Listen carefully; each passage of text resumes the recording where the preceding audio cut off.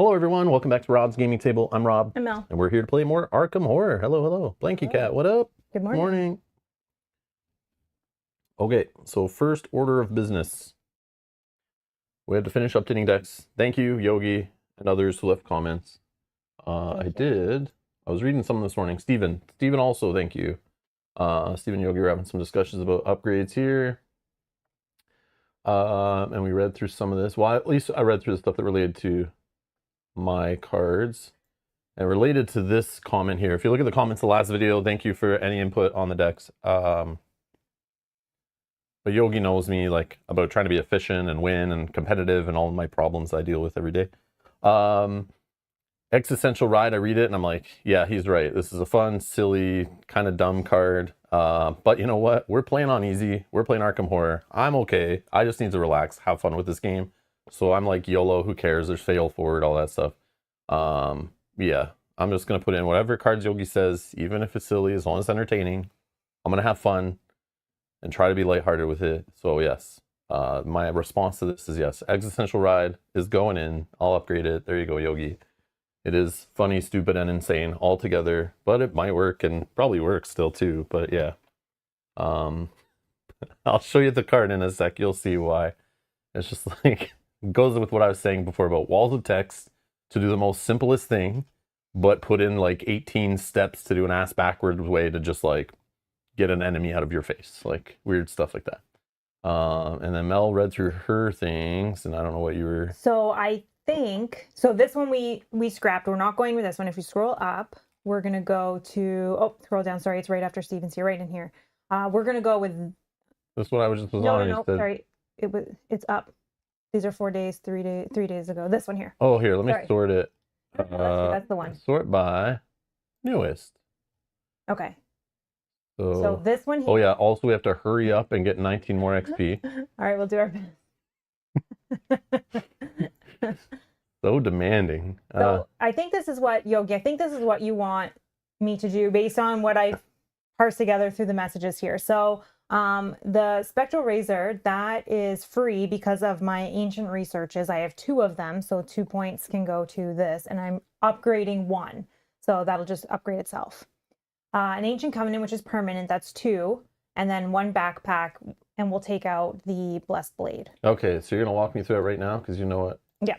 And we're going to do, your deck.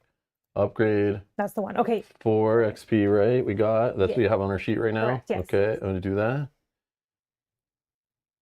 And then what am I taking out? You're taking out 1 Blessed Blade. Okay. And 1 Spectral Razor, which is a spell. Oh, yeah. Okay. And what am I putting in? You're putting in 1 Spectral Razor.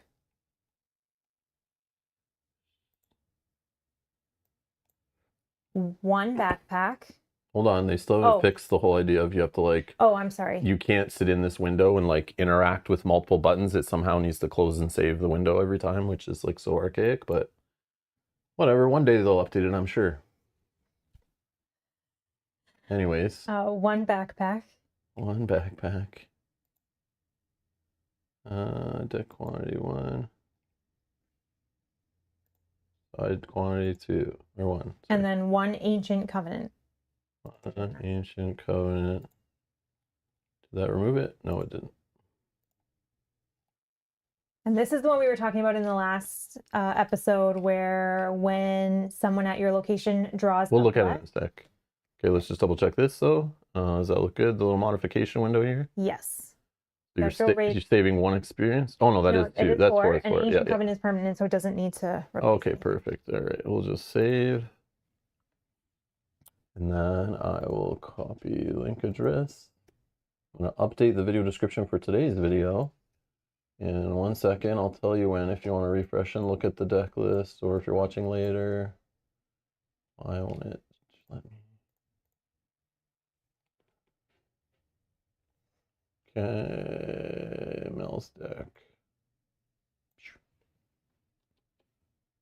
Save. Okay, so the video description, it's been updated, so if you're watching live, refresh it if you want to look at the latest decks, look at cards, whatever. Or if you're watching later, the deck list in this video will be different than the deck list in the last video, so you can look at the changes. And if you're looking at the end of the episode when we're if we get to spend XP again or whatever, use the link that's down below. So it's updated. All right, that's all finished. Next is, I know we're on 31, the first evening, right?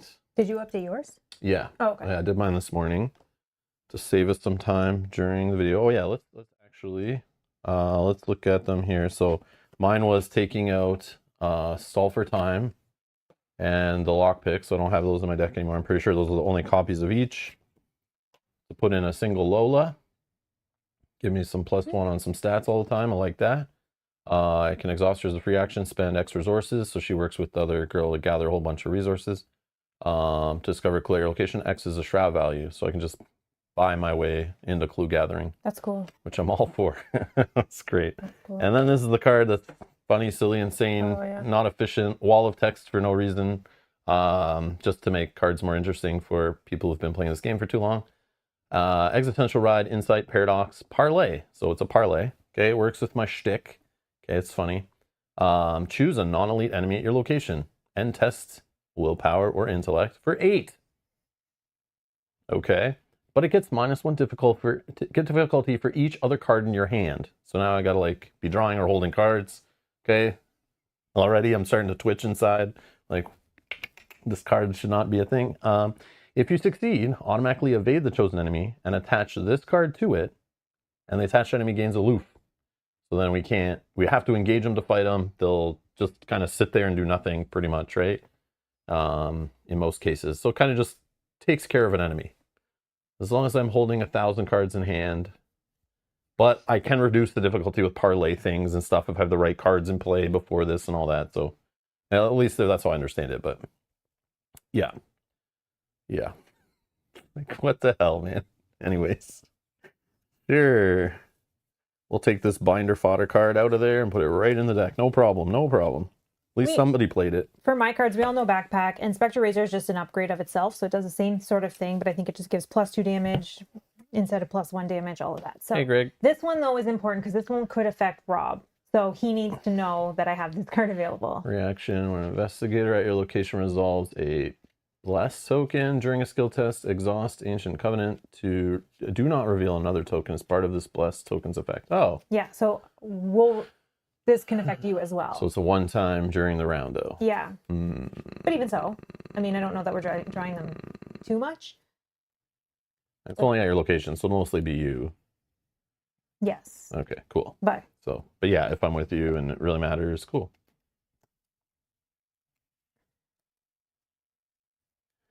You can keep parlaying the enemy and have it follow you around to keep using your parlay stuff on it. Oh, because it had the parlay ability? Oh. I don't know. Can you do that? I don't know. There's other cards in my deck that do that kind of stuff. And I know Kate. Exactly. Kate's a deck builder too.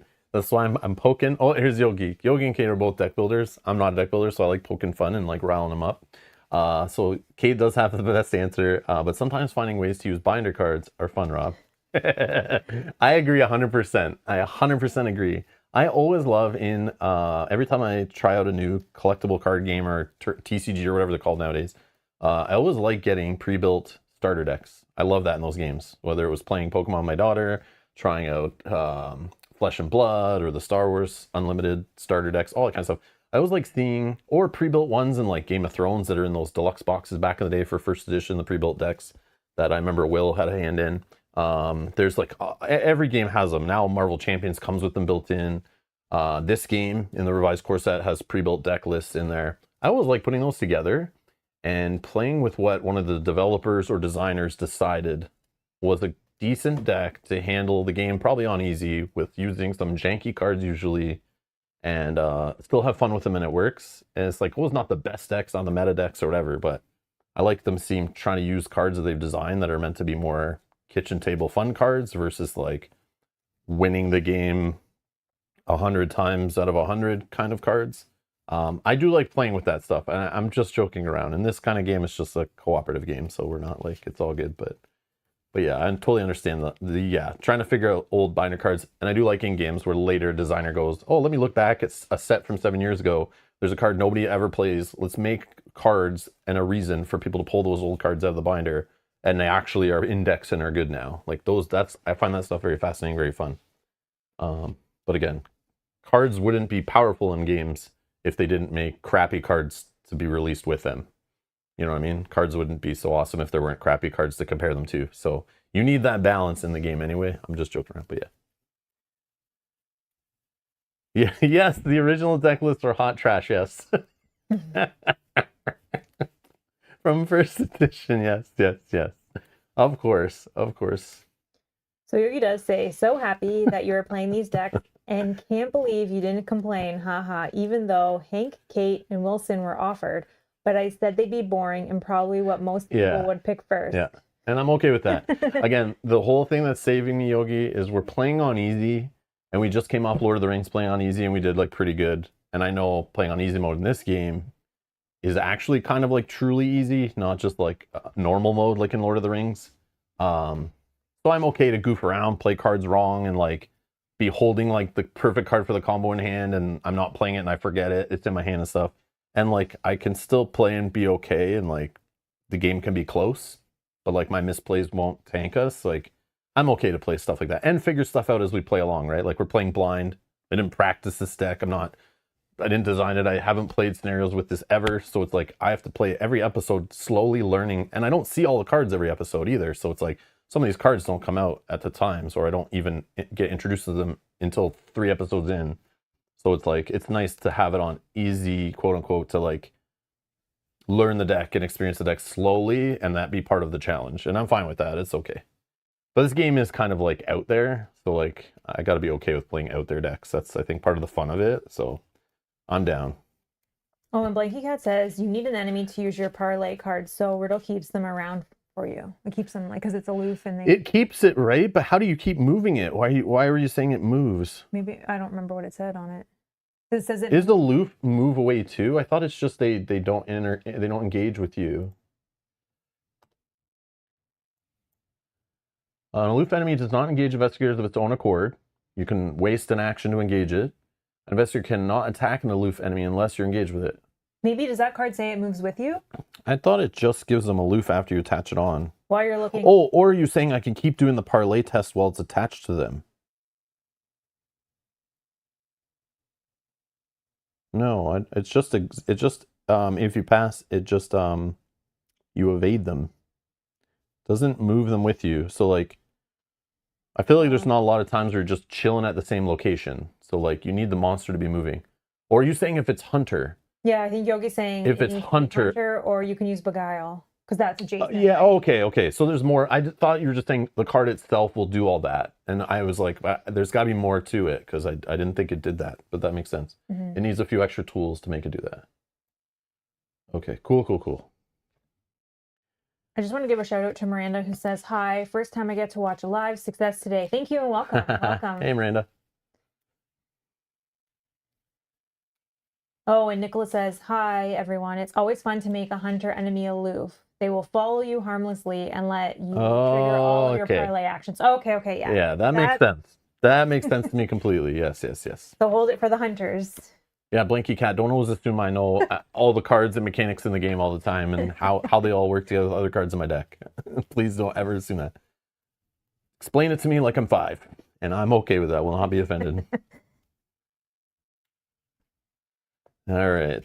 Okay, those are shuffled in. So what's the order of things now? I think we have to go to the prelude or whatever we first, just right? Start the prelude, or do we get our cards first from our deck to start a scenario? Like, should I go to setup? Preludes are weird. But let me go to rules reference. Start reading, says Yogi. Just start reading? Oh, okay. I guess because maybe it could affect. I know things do change the setup, but like I just didn't want to do that and then find out, oh, we should already have cards in our hand because now in the setup it's like, now discard a card, or if you're holding any of these, replace them with this. And like, yeah, I just didn't know, but it's okay. I'll get to the page in here, but I'll bring it up on screen in a sec. It's 31, I remember. First evening. Okay, so there's codexes on the right side, so maybe I can do some zooming in business.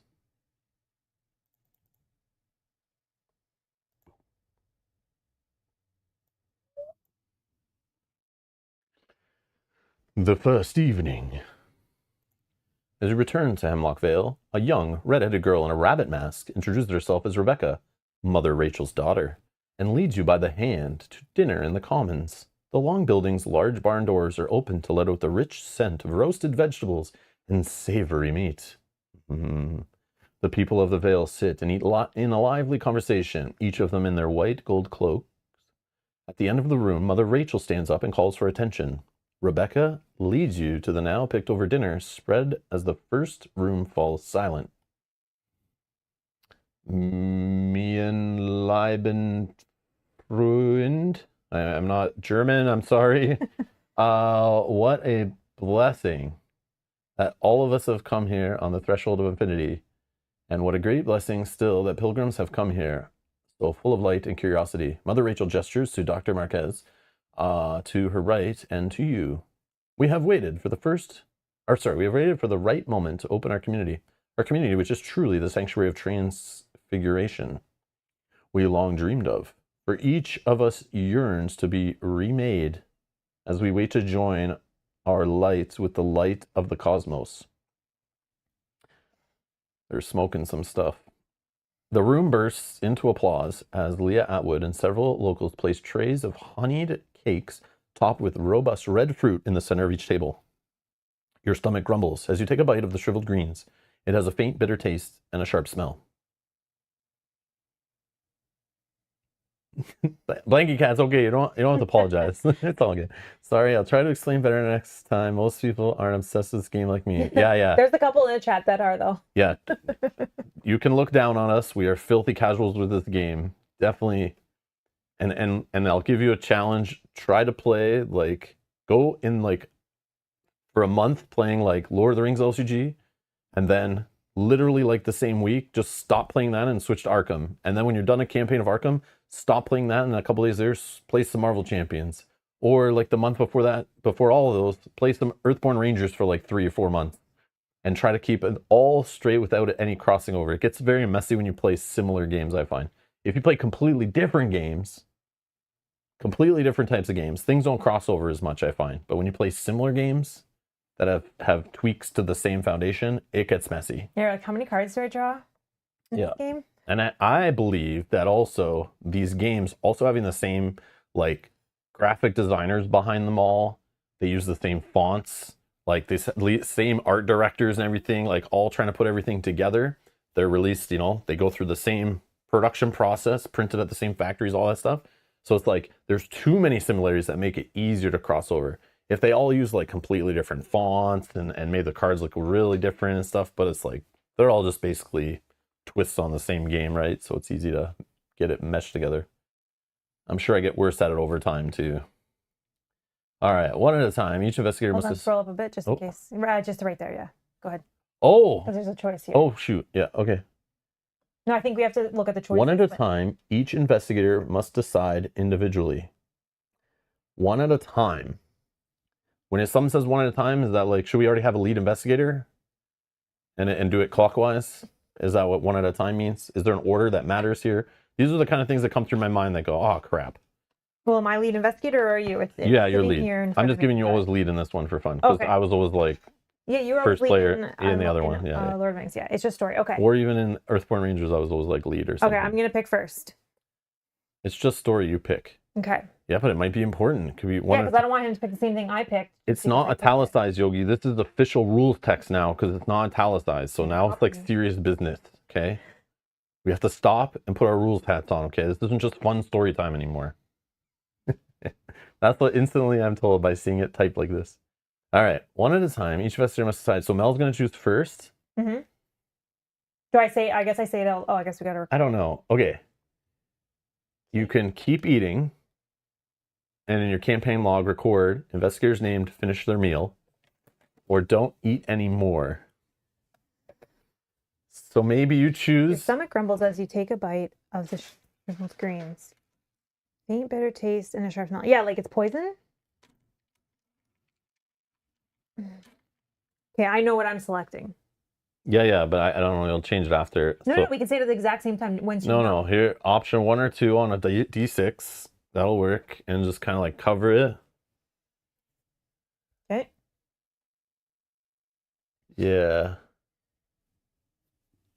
Okay, let's go here. We'll do like this. All right, ready? Yep. So 1 is keep eating, 2 is don't eat anymore. Yep. Okay. We both. So we're not eating anymore. No, no. Okay. I think it's poison. Well, if they're talking the way they're talking, I don't want to be on the same diet as them. Well, also, if your stomach starts grumbling when you start eating it and it smells weird, maybe. Sharp smell. They're just living the happy life. Okay, you may choose where to sit for the community meal. One at a time, each investigator may choose a different codex entry from the following. If there is only one investigator, you may choose 2 to resolve instead. After you read the appropriate number of sections, proceed to Resolution 1, page 33. Okay. So let's read them all here. I don't know if we can I fit them all on the page? Oh, yeah. Okay, here's all the options-ish. Dr. Marquez, Mother Rachel, and William sit at the head of the room at a large open table. To sit with them, choose whatever that symbol is. Okay. Judith's Faith is pinched in frustration as she talks to River. To join them at the outer edge of the commons, this one. Leia is watching the room as Gideon talks to her. To join them in the center of the commons. Theo leans against the doorpost looking outside to join him at the entrance to the commons. Some children in animal masks eat honeyed cake in the corner to sit with the Vale's youth. Sit at the kids' table. To sit alone. There's only one investigator. This option can't be the first choice. But we're playing 2 players, so it can be. So You're going to choose first. Okay. Do I just say it? No, there are 6 options, right? Yeah. So you can use your D6, but let's do one thing. Yeah. I need to refresh her on who some of these people are. So we know Mother Rachel. Who is William again? William. William is this guy. Do you want to look and see if I have any? Yeah, check our relationship meters, because maybe we want to kind of sit with people to build the same relationships with. William, we have 1 relationship with, no notes. Okay. So William. Judith. Who is Judith? Judith Park. We have 1. Oh, yeah. We- She reminds me of that actress, and I cannot think of her name at the moment. Is she the muscle?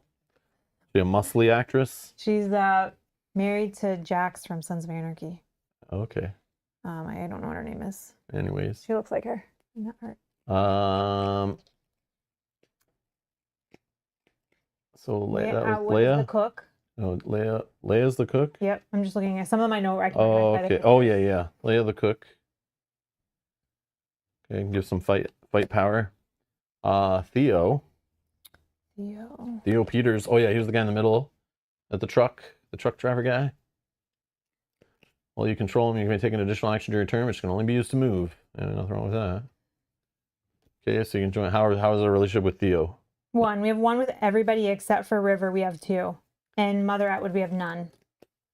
Okay. Oh, Simeon. We have 3. Oh, but he's not listed. Yeah, Simeon, but maybe with that's the guy I'm children. working on, the problem child. Yeah, but maybe if you sit with the children, you can continue So that. I want his extra agility. Yeah. Maybe I'll sit at the kids' table. I know what I want to do anyway. Yeah. I'm gonna sit at the. I'm gonna pick randomly or it's quietly and not say it out loud. All right, ready? Yep. 5. It stuck to me. It was 1. Cheater. No, it was 1. It was So 1. you're gonna sit at the head of the table with the crazy boss lady? Yeah, I want to know more about Mother Rachel. Okay, it is. Mother Rachel it is. I feel like she can't be pleased. She's just one of those people. You'll never build a relationship with her. Maybe not. Whoops, wrong thing. We need to go here. We'll do yours first. We'll go to O.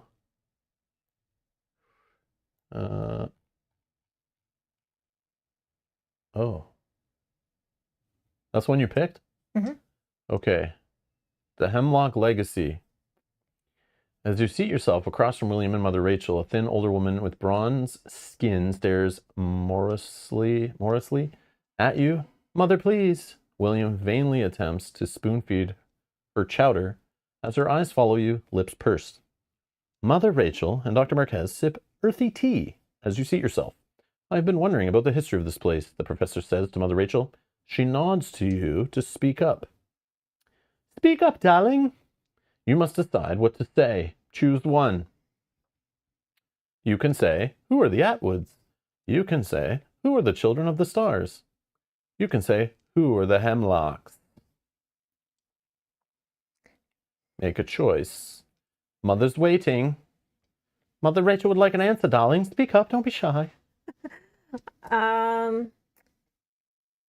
Who Peggy Bundy? No, it's no. No. That's his mom. Yeah, no.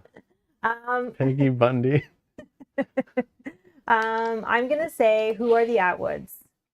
I feel like they are main characters as half of them. Mother Rachel beams. We Atwoods have been here almost as long as the Hemlocks. Our family helped build Hemlock Harbor. We planted half of Pearl Orchard, and we put our lives on the line for Wilbur Hemlock and his doomed whaling enterprise. And when whaling all but died... when whaling all but died out, we were here to pick up the pieces, Mother Rachel says smugly. You note William's grimace as the matron goes on. I suppose we are now the caretakers of the Hemlock family's legacy. Increase Mother Rachel's relationship level. Yeah. Each investigator earns 1 bonus experience. Welcome. Then it doesn't say to go anywhere else, so I'm assuming we're done reading this codex, is what I would get from this. So I'm just going to go back over here. And then you said 5? Yeah. Oh, you are going to sit at the kids' table. Yeah. Okay. Page 33.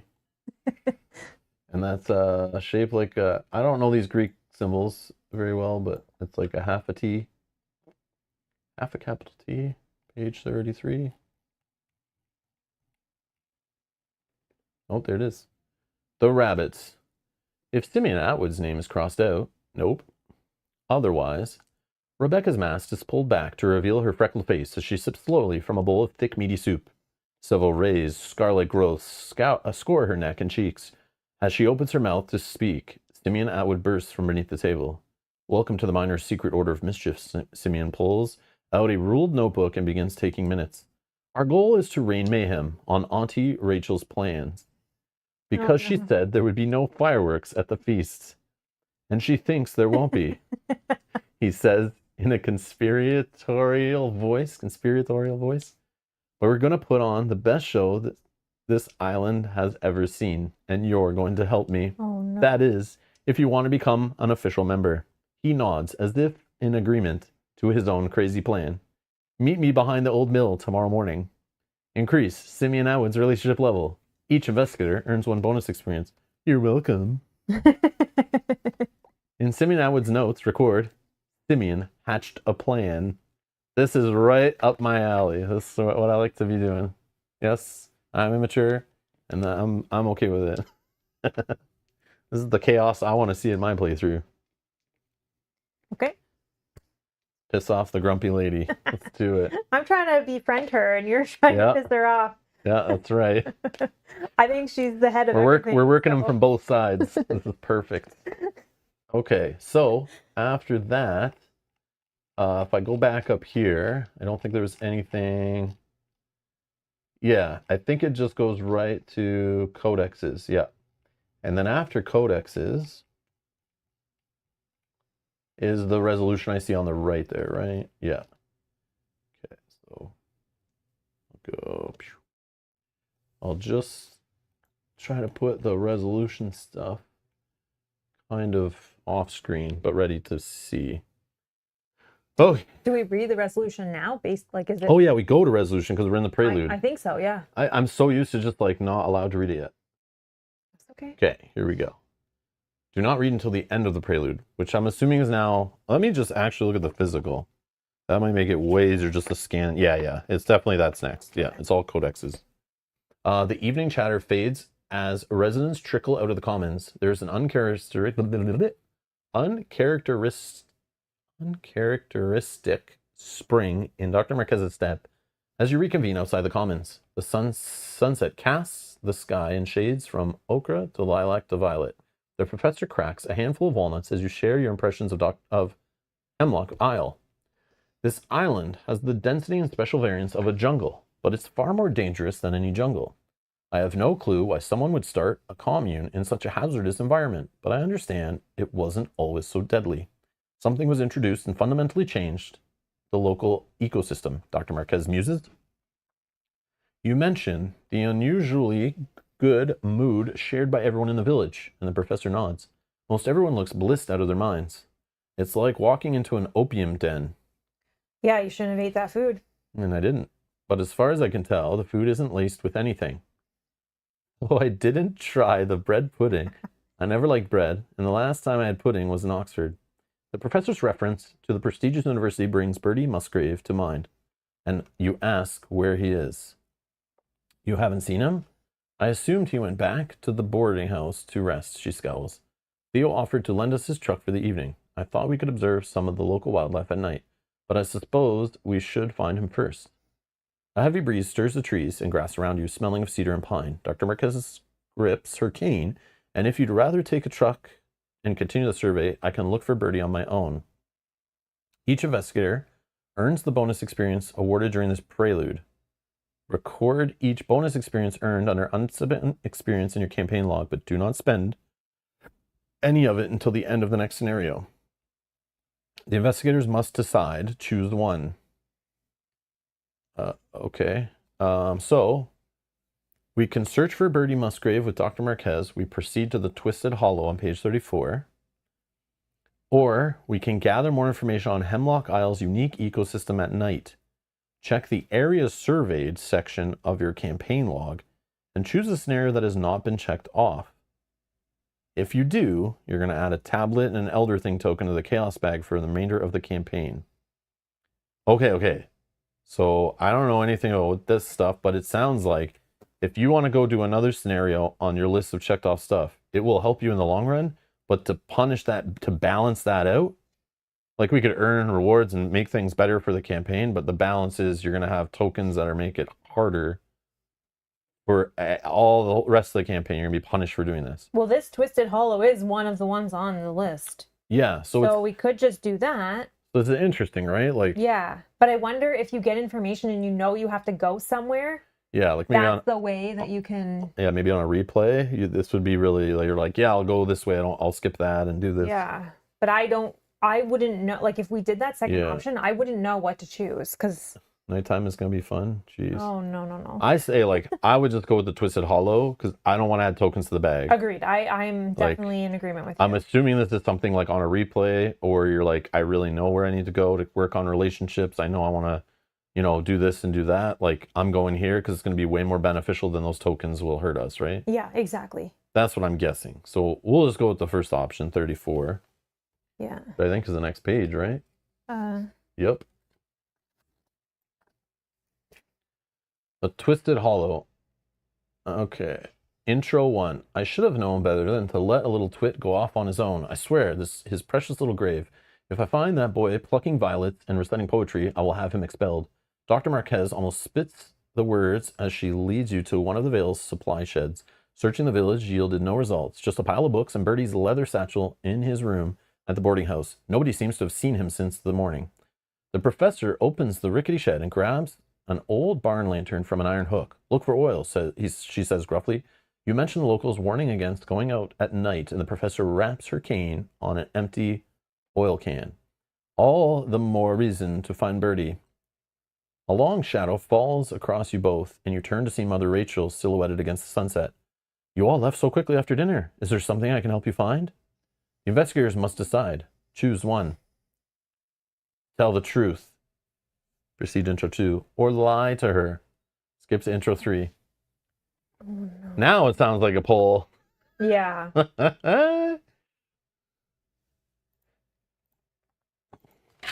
Whoops. Okay,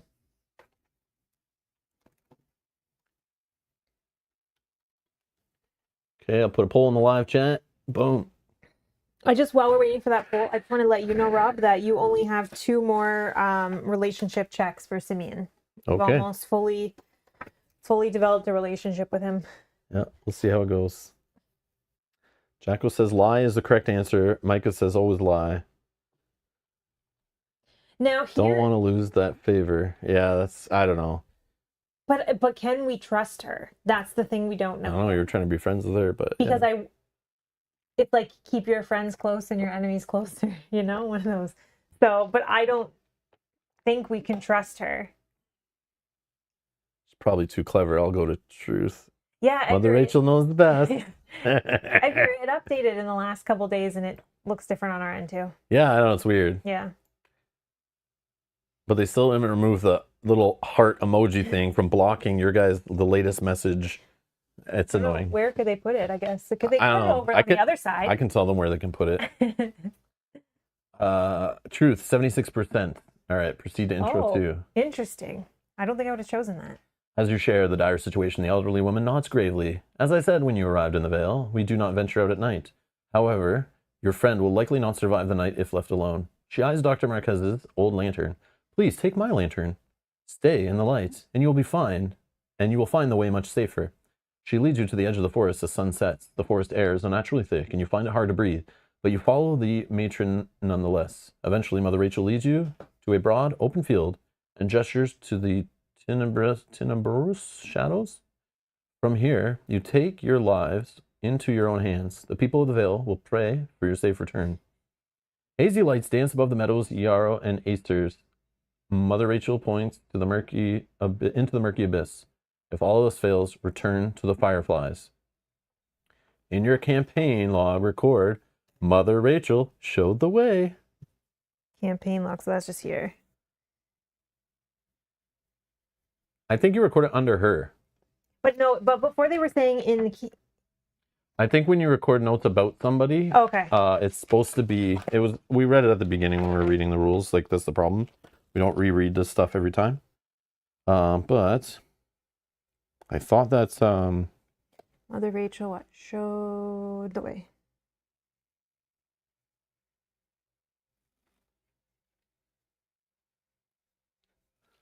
I could be wrong, but yeah, I don't know where it was, but I thought I read that. Maybe I'm wrong.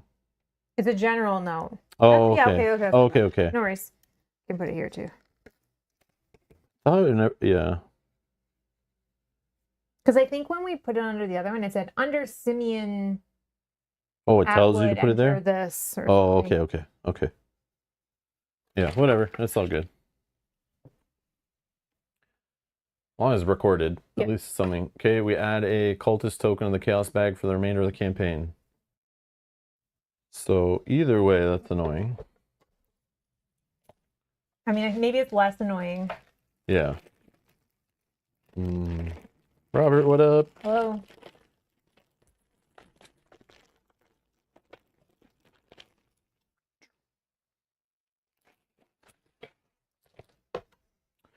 Okay.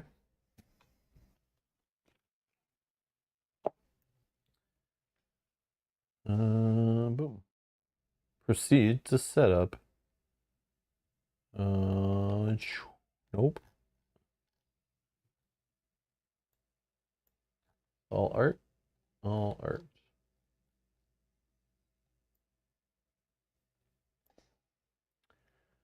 Okay, this is gonna take a little bit. I'm sorry if you need to go grab a coffee, stretch, go walk the dog, whatever you gotta do, do it now. Because like I literally pre-set up nothing because I had no idea where this was gonna go, and it was a good thing I didn't because like who knows what scenario would have picked, right? We had an option to pick like almost anything. So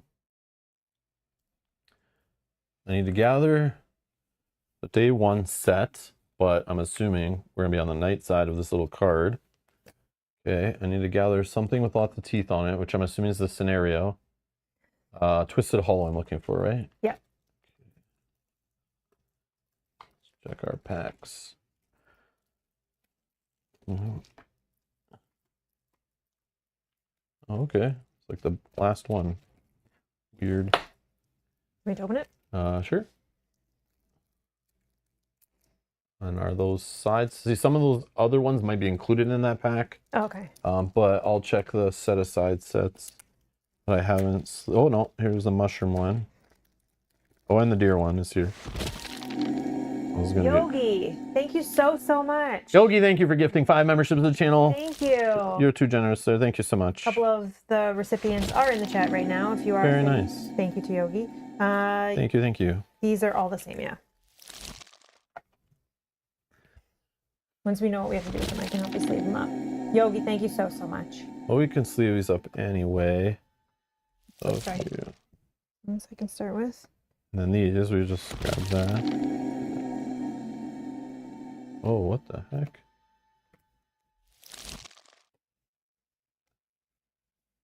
They had like side quests in this game. They're dual-sided.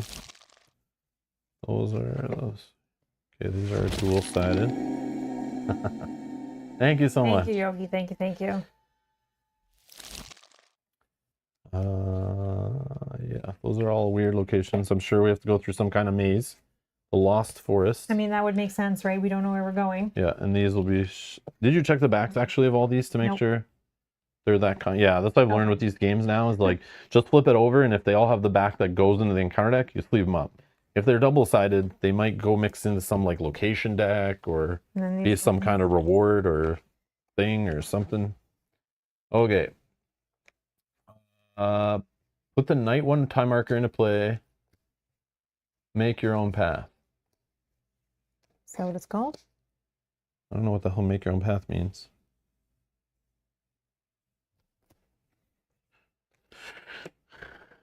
Oh my god. Night 1, in which the forest comes alive with many creatures, great and small. Make your own path. I don't know what that means. What the hell does that mean? Should I know what making your own path is all about?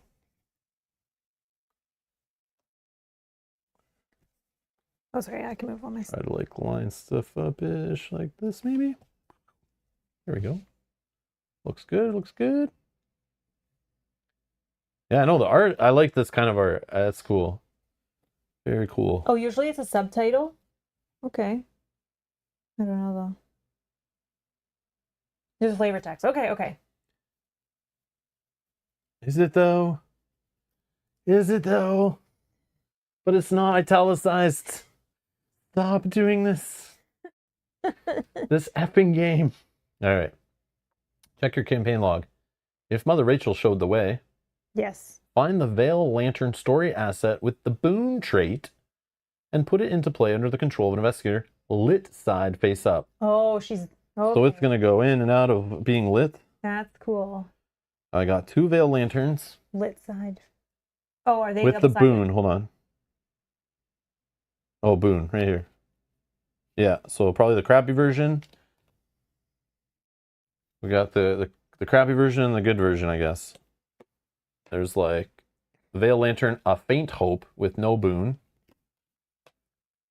Vale Lantern, beacon of hope with a boon. Okay. Sure. So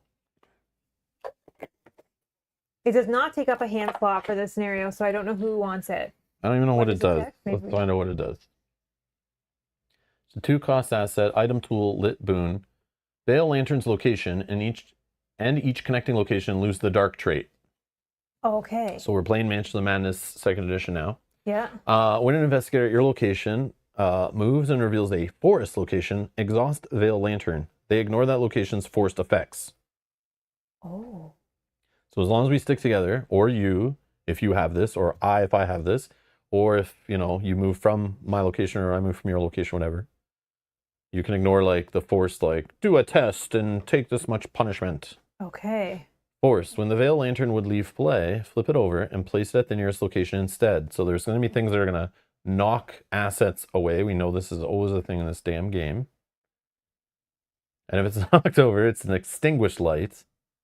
It's unlit. And you can take an action to take control of the Vale Lantern, flip it over. Any investigator at the location may trigger this ability.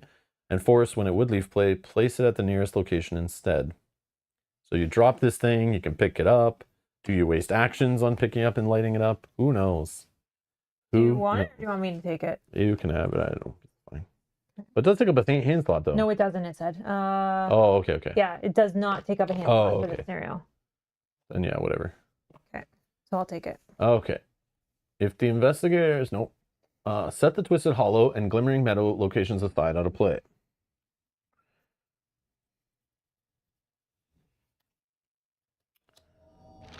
Twisted Hollow. I gotta flip them over. Sean, thank you. Sean, thank you for the super chat. Maximus Interruptus. All good. We're still setting up. You're not interrupting anything. It's all good. This is the time where it's just like, yeah, get me through it so we can play the game. Glimmering Meadow. Glimmering. Oh, I see. I'm so sorry. If there's only one investigator, it does not take a hand slot. So they're saying... So it does. So I should take it then. Yeah. Yeah. Okay. That makes sense. I see. I was only reading what I wanted to read. So I'm removing 2 of these locations out of the, it's one of those scenarios with like all the locations look the same, and when you flip them over, it's going to be some kind of bad thing, random stuff. Okay. But I had to flip them to find the Twisted Hollow and Glimmering Meadow, but I didn't read them. They're set aside out of play.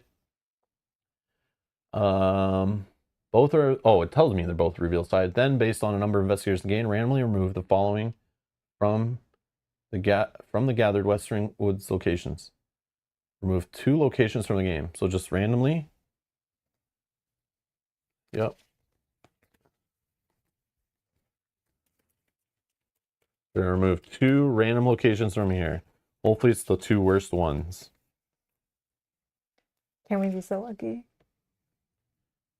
This one looks good, and this one. Okay. Check your campaign log. If Mother Rachel showed the way, put the Glimmering Meadow location into play. Each investigator begins play there. I'll just do this so that we don't... Oh yeah, these will go in there too, probably. They're... I'll shuffle it all after they tell us to take out things. Yep. Because right now it's sorted. If it is not already in play, shuffle the set aside Glimmering Meadow location. Oh, I see. So because she showed us the way, we get it in play. From the top 4 cards of the wood deck, put them into play above, below, and to the right and left of the starting location. Okay. Top 4. Okay, so I'm going to just shuffle it a bit more, and then we're going to take the top 4, and we'll set this out a little more space-ish. Something like that-ish. Okay. This little deck I'll just throw somewhere. I mean, this game.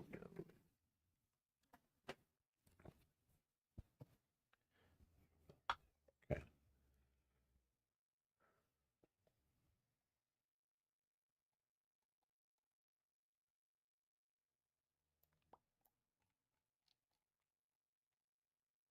Check your campaign log and gather each story asset from the resident encounter set. If Theo Peters' relationship levels at 2 or higher, set him aside out of play. Theo, no. Put if Judith Park is at relationship level 2. No. Put Dr. Rosa Marquez under the control of an investigator. For the remainder of the scenario, she does not take up an ally slot.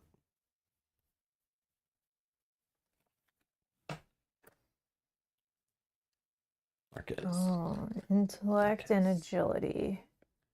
You control Dr. Rosa Marquez. You get +1, intellect +1, agility. After you discover the last clue at your location, you get to read a codex entry. If it's survival of the fittest, I tend to survive. I intend. Who's better for this, Rob? Yes. Yes, it's me. It's me. I want to take it. Yeah, go ahead.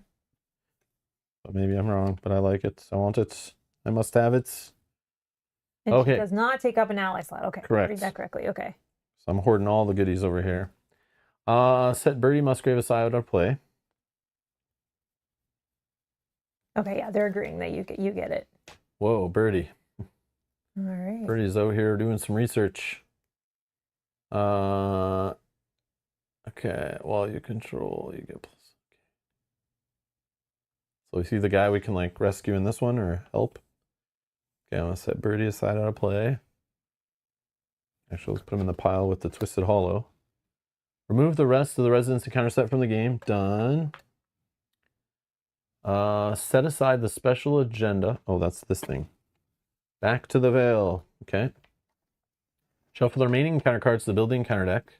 Take your time. I will, Shuffle I'll good. shuffle good, yeah. Pile shuffle in multiple Wanna mix it times in up different first, numbers. and Yeah, then, yeah. well, Place one resource on the scenario reference card under darkness level. Oh yeah, let's take a look at this over here. So darkness level is how the skull is going to hurt us. Heal a damage from your investigator is the cultist token, but it does -1. Interesting. We don't have any tablets. But we have an elder thing. have It's one. -4 if you fail. Take a horror. Okay. Darkness level. So our darkness level will be 1. Oops, sorry. Okay. Okay. You're now ready to begin. Oh, it indicates a passage of time, that darkness level. Oh, so we only have so much Oh, time, okay, okay. probably. So it's like our threat meter. Yep.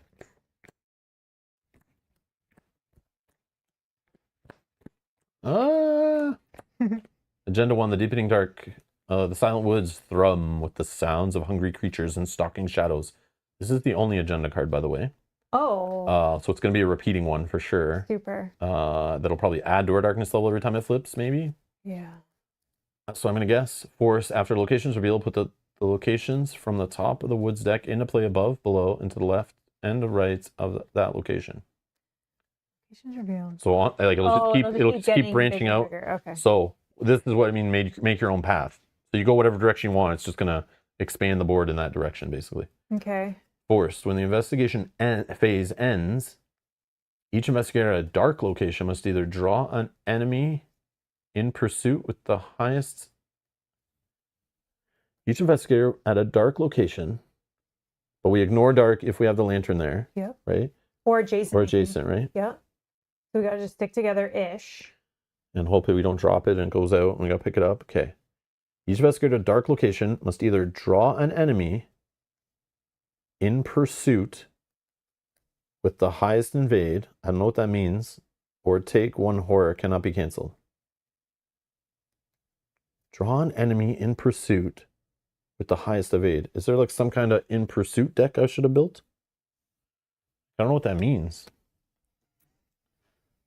But maybe this will explain it.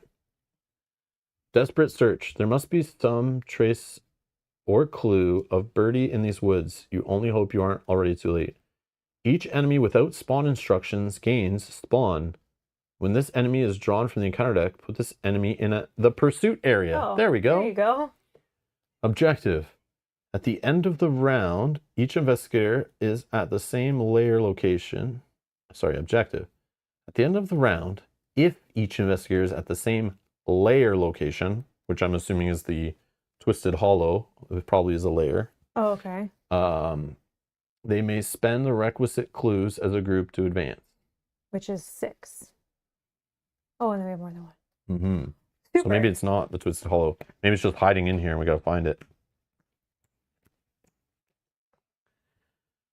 At the same Layer. layer location. Yeah. Okay. So we have to get 6 clues among us. And find a layer. And we all have to be at that layer location. So we're gonna be like, probably should stick together, but we probably got to spread out a little bit to reveal locations. Oh, thank you, Yogi. It says 36 has. Oh, there's more rules after. Okay, okay. Yeah. Probably for like what? Yeah, okay, that makes sense. Yeah. Okay. Let's keep going. Yeah, that now ready to begin thing is always throws me off because it's like, it should just say, and I probably said this 1,000 times, like, it should just say, proceed to page 36. read to page 36, read the rules. And then say, you're now ready to begin after that. You know, like, just remind me that on the next page, there's a bunch of rules I need to know.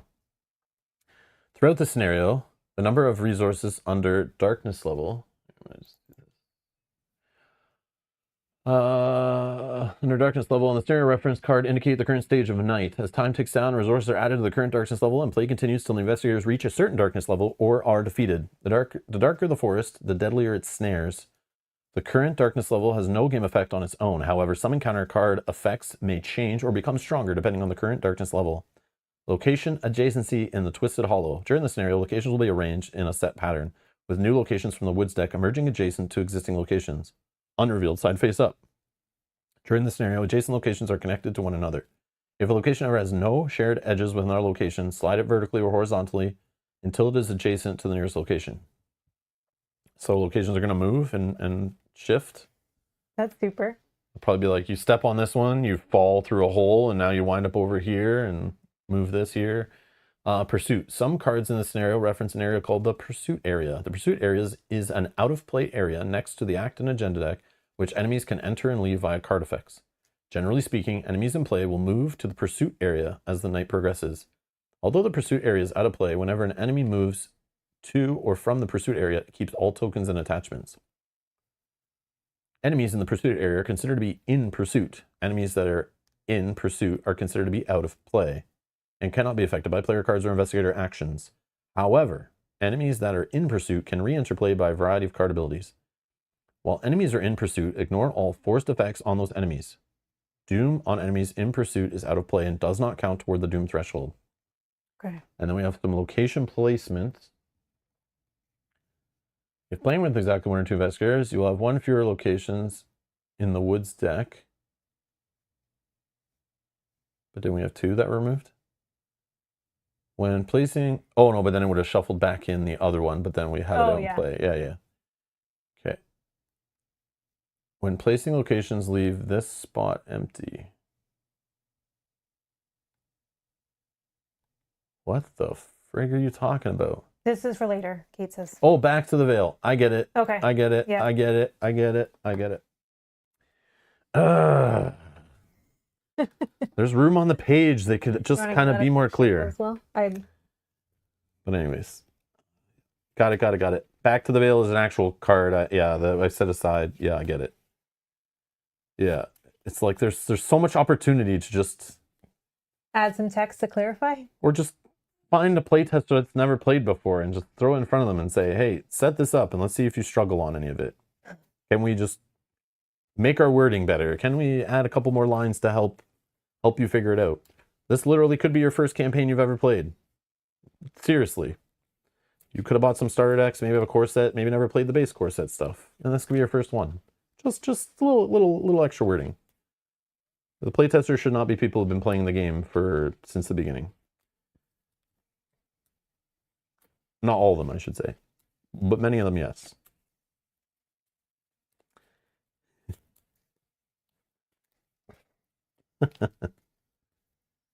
Okay. All right, so that's ready to go. Sure. These I can get back to you for now. Sure. I'm going to do one quick drop shuffle on Yeah, my the setup deck, wasn't and then- too bad. Only took an hour. But that was for the whole I know. prelude as well. I know. Prelude, deck modification. Setup. Lucas, we both are. We both, well, I guess Mel's more fighting. I'm more evading, but we both are, what was We it both called? we're What was it called again? We're Flex investigators. Flex investigators, yeah. We can do clue gathering and monster dealing stuff, both. So we should be able to wander off on our own and still get things done. But we need to stay kind of together at least for this part while we have the lantern. Yeah, we only have one lantern to share with each other, so Yeah. yeah. Alrighty. We're good to start? I guess so. 5 cards or 6 cards in this game? 5, right? 5. 1, 2, 3, 4, 5. Sounds right, I think. And they'll tell me if we're wrong. Weakness.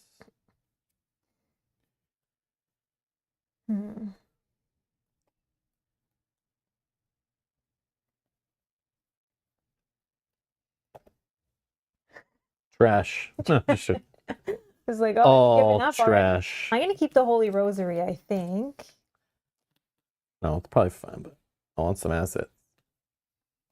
I mean, I got some, but oh, looks like we only got some Dario. And we get Dario. Oh, he's not as good when he's just by himself, right? I mean, you can help me gain money, I guess, when there's no enemies around. It's also This good. pursuit thing could work out. I think I'm not going to take these 3. But we don't shuffle them in, right? So we just draw. Ken is here just saying hi.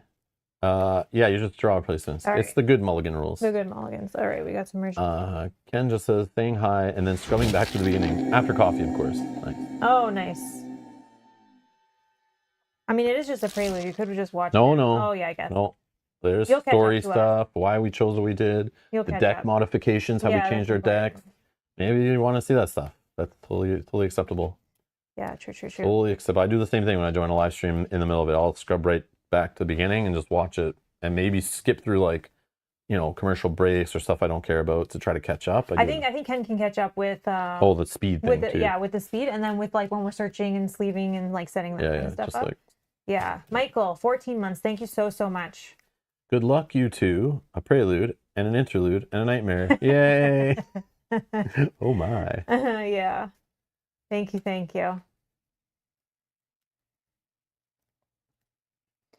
All right. Those are meant for checking if things work out. The non-initiated should be the ones to check for sense and logic. Anything that makes sense is removed afterwards. Yes, this is true. Michael says, but then we can't blame failing the campaign on ambiguous rulebooks. A lot of resource generation, but we will see. I'm just going to watch the POV, point of view, or you mean the VOD? Video on demand, the VOD?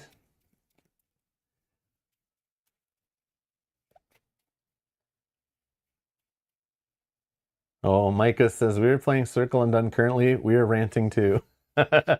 I'm sure we ranted during that one too. Yeah, good luck. Good luck. Yeah. I like that one.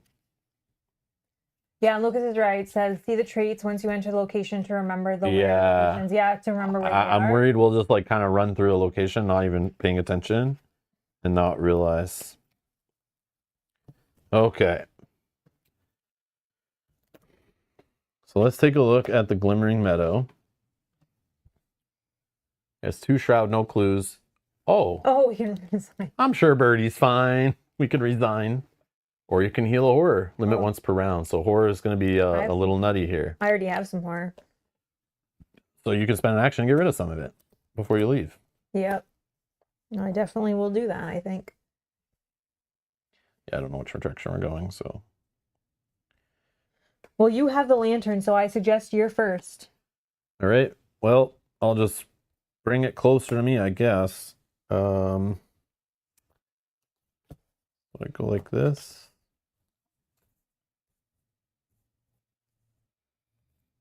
So spend an action to move? Or should I set... I don't think I should.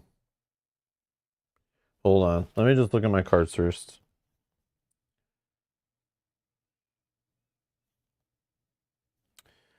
Like, I don't think I should draw. I don't think I should set up Dario. Need some resources. Oh, yeah. 5 resources. I got him. Okay. Yeah, it's part of setting up the game, right? Let me just think for a minute.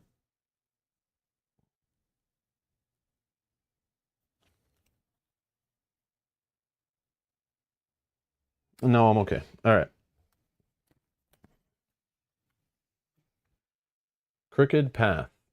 X is the current darkness level, which is 1. The easy clue. Reaction. After you discover a clue at this location, look at the revealed side of a connecting location. You may move to that location. Oh, interesting. And that is dark, but I ignore the dark trait on it, right? Any forced effect on the dark, yeah. Veil lantern's location in each connected location, lose the dark trait. Oh, okay. Oh, that's probably helpful for encounter cards. All right, so 1 stinking clue, eh? And that's good, because if you are able to get that clue, this will also trigger. I know this. All right, I'm going to gather this clue, or attempt to gather this clue as a move. And then I'm going to do just an investigate of 5 on 1.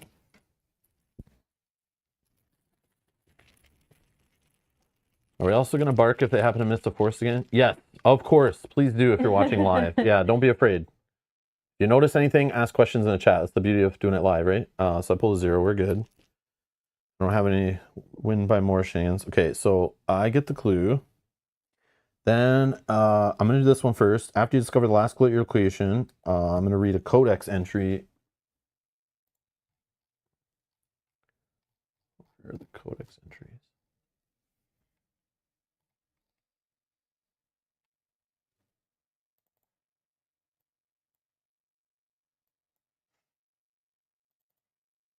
Oops.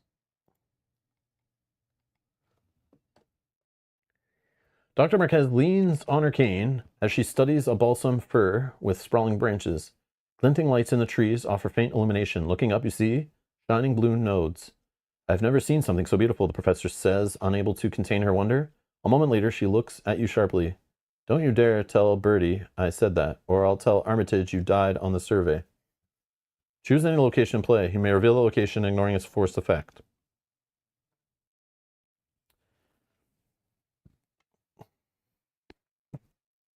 This one.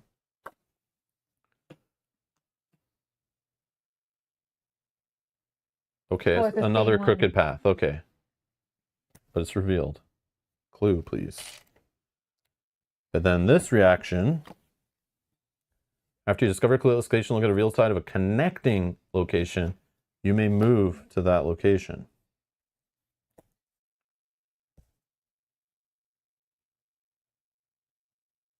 So this I can only do once unless it told me otherwise, right? I can't just keep triggering this over and over again. I'm 99% sure it'll tell you if you can. That's I'm just saying out loud, I'm pretty sure. But let me know if that's wrong. But yeah. Is it when I reveal it or when I move to it? Where was that?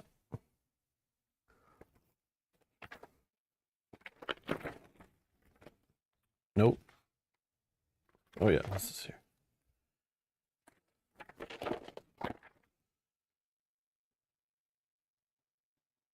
Oh, after location is revealed, yeah. Oh. What location? Okay, Yes, thank perfect. you, Lucas. Okay, I didn't know if you had to move to it first. Okay. Only 2 left. Thank you guys. Thank you so much. Okay. So connecting, I'll pick this one, I guess. Yeah. A bear den. Oh, this is a layer. Forest. After you reveal bear den, so I'm ignoring the forest. No, and this one I'm not ignoring the forest. But your lantern says adjacent, though, I think. No, hold on. Let me just. Okay. After you discover a clueless location, I'm looking at the revealed side. Oh, I may move. I'm just looking. Okay. I'm not revealing. That's what I want to be clear. Okay. So now I'm going to look at it and read it slowly here so I understand. After you reveal bear den, find the enemy in pursuit with the highest fight and spawn engage with you. If you cannot, draw the top card of the encounter deck. But you I don't want to go here yet because we don't have the clues for it. It's only going to put 2 clues on here. We're not close to having 6. Drawing a card from the encounter deck, I'm not that afraid of. It could be an enemy, most likely is, but maybe it's just something else that's not too harmful. Yeah, we're just looking at this one. Yeah. It is the lair. So I'm looking at it. I don't think I'm going to move to it, but now we know there is a layer here. Just going to get some tokens. And 2 clues are on that one, right? Or yeah 2 clues. I'm just going to remind myself that it was that's the one I looked at. I'll look at it again if I need to, but I just want to remember what I've looked at. So just put kind of a token on it or something. You're right. It is a lair. We don't have enough clues yet. So I think maybe we try to gather clues surrounding it. So I don't want to get trapped in a lair with like an enemy right now, not be able to get clues, but it's like, I'd rather get some other clues first. I know there's one here. You won't have to trigger the enemy because you can exhaust that to cancel it or something. Oh, that's true. But yes. We don't have enough clues. How many times can I do this? Once, because it's exhaust, isn't it? Exhaust it. I can ignore the forced effect. Yeah, let's do it, I guess. Yes. I'll move to it. Yeah. And then I'll exhaust this to ignore the forced effect. Okay, and that's 2 clues on that? And 2 clues. So that was this letting me move, which is part of my clue gathering, which is pretty sick. And then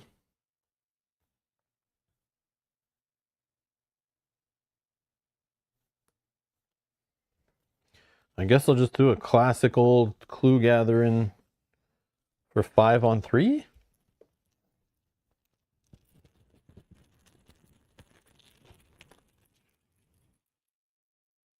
-3. Womp womp. Done. Your turn. Oh, adjacent locations. Yes. Thank you. That'll be the last 2. Thank you. Okay. We did it.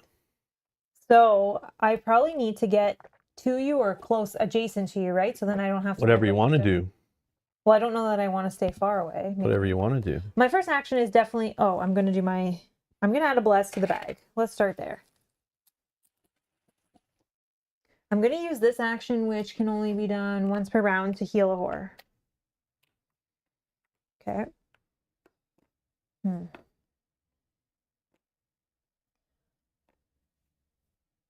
I'm nervous to Be careful not to leave Mel in the dark. Yeah, I'm like nervous to. I got free move actions. I'm going to take them, all right? No, it's fair. It's fair. It's fair. She's got to come and catch up to me then. I'm going to move for one. You don't want to remove a horror first? Or you did? All right. Okay, yeah. okay. But I can be adjacent to you, but maybe I allow you to uncover. I could play a card. Like I could say, sorry, I just need to see this for one more second. Because I think it's at adjacent, right? When investigator at your location is yeah. So you could move through my location, go to one of these two, or this one. Connecting. No. I think I can just stay here and I'm still good. And maybe I just play a card. Oh yeah, set up. Yeah. Yeah. This is just called a wooden cube to remind me when I look at something that I looked at it. So when we, 30, 45 minutes later, I go, wait, which one did we look at again? Because I didn't know how crazy this map was going to get. So I just put it there as reminders. Then I can engage with chat and look things up and just let my mind travel elsewhere and just to remind me. So I like to have little markers and things to remind me. So yeah. Because playing on stream is a whole different world when you're playing these type of games. Like there's lots of things that distract and throw you off and to remember and stuff. That's all. Okay. Okay, so I just played Holy Rosary because I'm thinking I might need the extra horror. So we're done? Buff. We're good? Yeah. I mean, we're done, but I don't know. No enemies. Reset, flip all stuff. Your tokens back the other way. Oh, yeah. Sorry, I know what you're talking about, Yogi. Sorry. Each investigator draws a card and gains a resource. Backpack. Backstab. All right, a doom. Each investigator checks my hand size. Yep, we're good. Good. Doom on the agenda. 1 out of 3. Draw a card for you. Oh no. What's that in your glasses? Oh no. Lurking Fear, Terror, Revelation, Test Agility 3. This test gets +2 difficulty if your location is dark, but yours is not. So Test Agility 3. If you fail, choose 1. Take 2 damage, or find the enemy in pursuit with the highest fight and spawn engage with you. Which we have no pursuit yet, so. I think I'm just going to have to take 2 damage because I'm only a 1. Well, we'll see. Maybe you get the +2. Is there a +2? I don't think there is. Oh, 0. Or blessed is right, but you don't have. Only 1 is in there. Okay, so. Red circle I meant. Sorry, can I see this for 1 sec? I don't know. Choose 1. Okay, so I'm going to take 2 damage.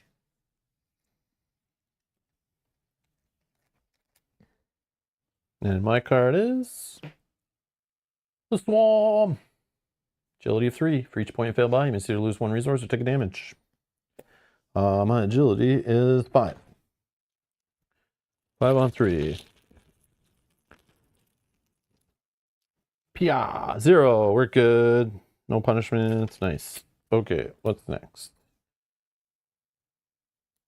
It's our turn. One. I think he's asking about this one. Oh, this black and gold token here.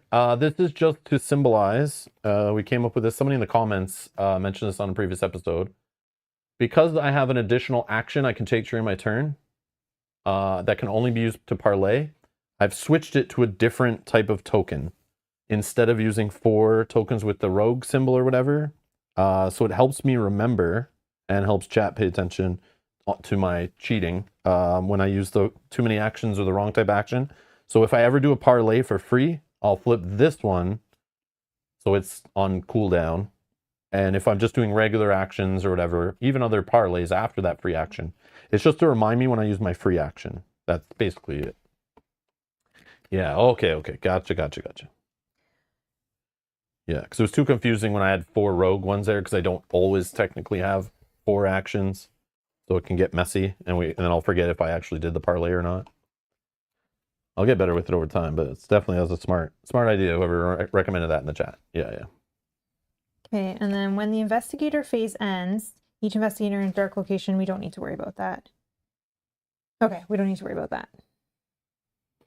We're not in the dark. So I think, again, you go first, right? Because you have the lantern, and I'll just kind of stick close, like adjacent to you, so that I don't know. Okay. So here's what I'm going to do.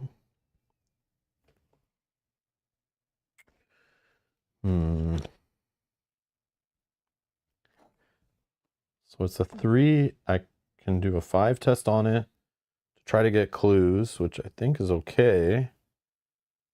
I could throw perception in just to start drawing, which I probably should, to try to find, like I could play Dario, put him into play, but he won't buff me yet on intellect tests, but he could help me start getting extra resources with actions, but that might take a while. Yeah, that would take a long while. Okay, let's just do, I'll do a good old investigation. I'll add a +2, so I am doing 7 on 3. Just really trying to draw to find some good assets. +1. Oh, wow. Okay. Yep, we get a clue. And then we draw a card. Annual dexterity. I'll do another investigation. This time only 5 on 3. +1 again. Okay, nice. And then the last action. Just while you're thinking about that, Yogi, question for you. What is the main card I'm looking for with backpack? I'm going to draw for my last action. Okay. Or do you want to move with your lantern? If you Yeah. move up, then I can move up and try to get this. Yeah, true. Okay, I'll do it. It's scary. Sure. Scary. Yeah, we have your lantern that can Another crooked path. Yay. Oh, Okay, this is working out. Okay. So same as these 3. And then no new locations because I don't have any left. But it did say something about sliding things around, but it was... I think it was only if your location's not connected to anything. Yeah, that's right? Okay. All right. And I'm finished. So I think I'll wait on the backpack, but okay, I'm looking for the book. Okay. But I think Book of Living Myths. What I want to do first is move. I'd like to stay adjacent to Rob, just for my safety. Then I will try to investigate before this gets higher. We're already halfway to our clues, so I'll try to grab that clue, which is 4. I don't think I need to put anything in the 4. Oh, I should have done... do I want to do this? Yeah. Sorry. Yeah, Luke is asking, are you doing your ability? Yeah, I am. Sorry. Doing my ability. Yeah. I'm also worried about cards that remove assets too, and I haven't played one yet. So that's what's annoying me. That's why I want to play this guy, but I don't want to play him because he's expensive. 2. -2, draw another token, and then update your little dial. Yeah. -1. Okay, so I'm -4. I was... -3. Or -3. I was 4 on 1. You're still good. So I'm still good. So this You get a clue. Thank you. After you discover a clue at your location, look at the revealed side of a connecting location. There are no connecting you can reveal. And you could move for free to that location. But... Yeah, no, this is me. I can go here. Or I can look at Yeah, there. sorry. I'm thinking that's you're okay. here. So I just gave you the wrong one. Oh, no worries. Yeah, you let me give you the wrong clue. That's what I didn't even look. Sorry. Okay, I will look at the top one, I think. I got it, Lucas. I got it. I know. I know what I did. So which one? This one or this one? Yeah. This one? Or this one? Okay, maybe this one. Hold on. Jacko, thank you for the 5 gifted membership. Thank you. Thank you for your generosity, sir. Very generous. Very kind. Recipients are in the chat. So that's amazing. That's the way it should be. Thank you. Thank you for the support, guys. Thank you so much. Alrighty. So very kind. We're just revealing this one. Yes. Or looking at it, and you could move to it if you want. Okay. Poison Marsh. Reveal Poison Marsh. You must either take a direct damage or deal 1 damage to each ally asset you control. It has 2 clues on it for 3. It's not a layer. But I don't want to go there, so we'll just leave it like this. We're not going there. And just remind ourselves we looked at it. Okay. Thank you so much. That was 2 actions. I could just move to Rob, but I don't know that that's necessarily smart. To be honest, I didn't even look at the character card when I did all that. I just thought Mel was here and I grabbed this because I thought she was coming closer to me. I don't know why. Okay. I didn't even notice her character was sitting over here. I just went, oh, you're at this location. And then I knew it was all crooked paths anyway. They all say the same thing. So it's just like, yeah, I got confused. All right, we'll play for our last action. We will play our backpack. We'll pay 1. We get to search the top 12 cards of our deck for up to 3 non-weakness item or supply cards. 1, 2, 3, 4, 5, 6, 7, 8, 9, 10, 11, 12.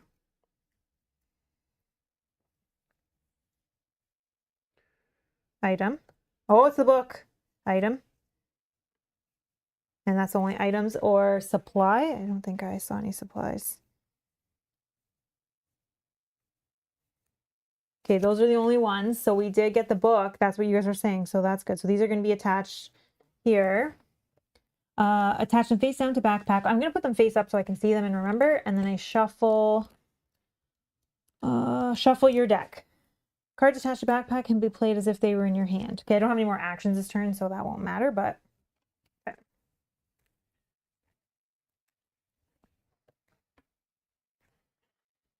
All right.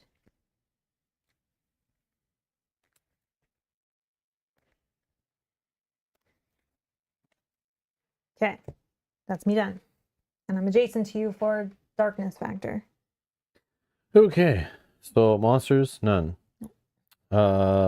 Reset actions. Draw a card and gain a resource. Get.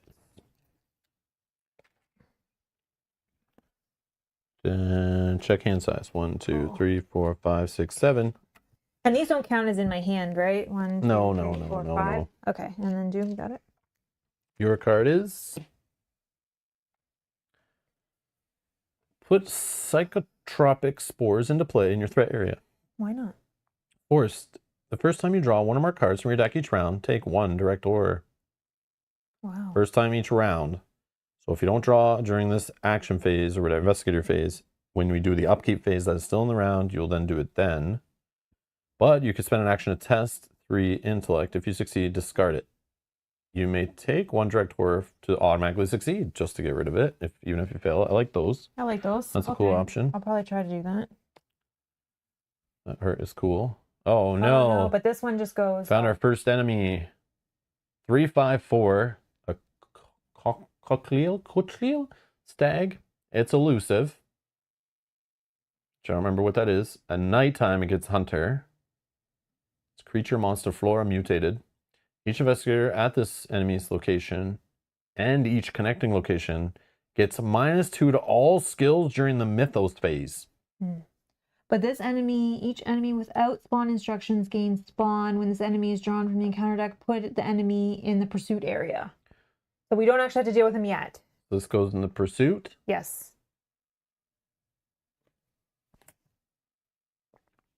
Wonderful. And elusive.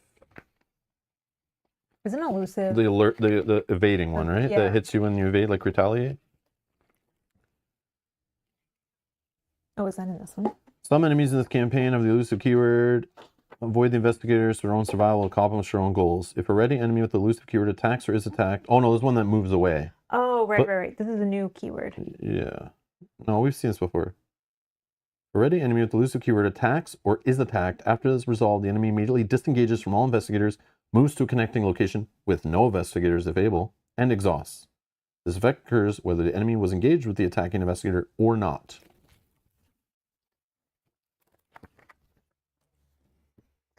All right. I was really hoping that we could have gotten to the layer before this flipped, but we are still going to be shy 1 clue.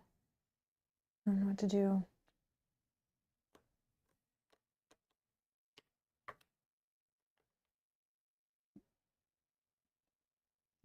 Yeah, I don't know. You can just move to this location or something. Or I can go there, but we'll just keep getting further from this layer, but maybe there's another layer. I'm sure there's another layer, I'm sure. So what do you want me to do?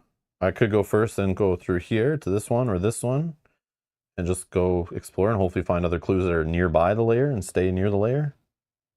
But I don't know if there's a way we can get it done before that flips. And what I really like to but I only see one clue on the board and we need two. And we both need to be here. So I don't know how that's going to work. But this could give me a free move. Mm-hmm.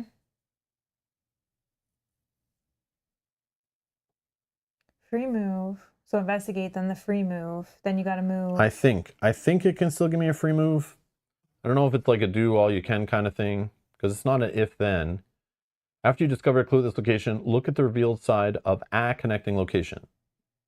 Do I need to do that part? And it says you may move to that location. So maybe it's not really a free move unless I have unrevealed locations. I don't know. Because I don't have any unrevealed here, so I can't use it for that purpose. Yeah, I don't think we can get it this turn, so I think we'll just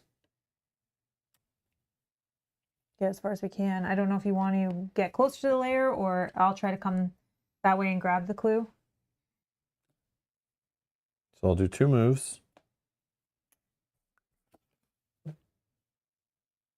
Mushroom Grove. It's +2 shroud. Well, it is not dark. So it's a 4 shroud. Forest. After you reveal Mushroom Grove, but I can stop this force. Test intellect X, where X is the current darkness level. If you fail, the enemy in pursuit with the highest evade attacks you.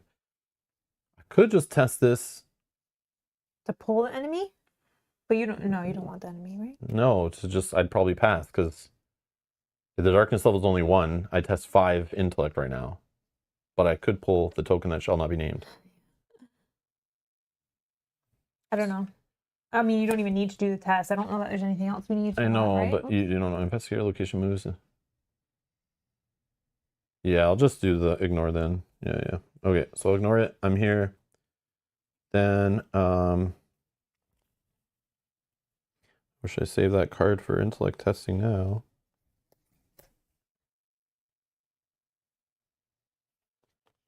Yeah, I don't know. It's a 4. I only have 5.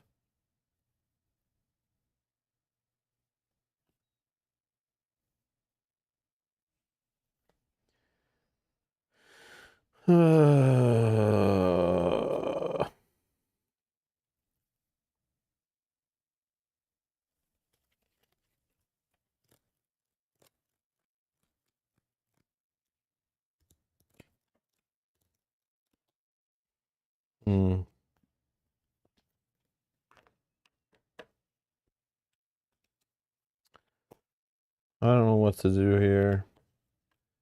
I guess I'll just try to gather a clue. I don't know. Should probably just play an asset.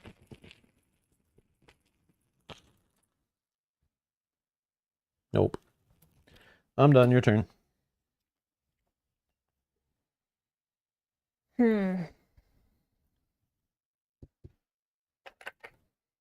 So a chaos. I should have threw this guy in, but 1. Well, I'm gonna move. do you have a way to sneak clues off here? No. I wouldn't come this way then. Well, we want to get to the lair, right? Which is right here. Yeah, but if we don't have clues for it, then who cares? But yeah, you might want to be adjacent to me too. That might be a good thing for whatever this thing was, right? And whatever flip happens, who knows? Because this is about to flip and do whatever bad things happen on the other side. Unfortunately, yeah, I should just threw in all my cards. I could gather that. I could attempt to gather that clue, or I could try this. But since we're not going to get it anyway, I would try to get the clue. Try to get the clue, and I don't. Yeah, maybe. And then if you can move here, that'd be awesome. Yeah, this one. The first time you draw one. Oh yeah, you might need to get rid of that. Direct horror.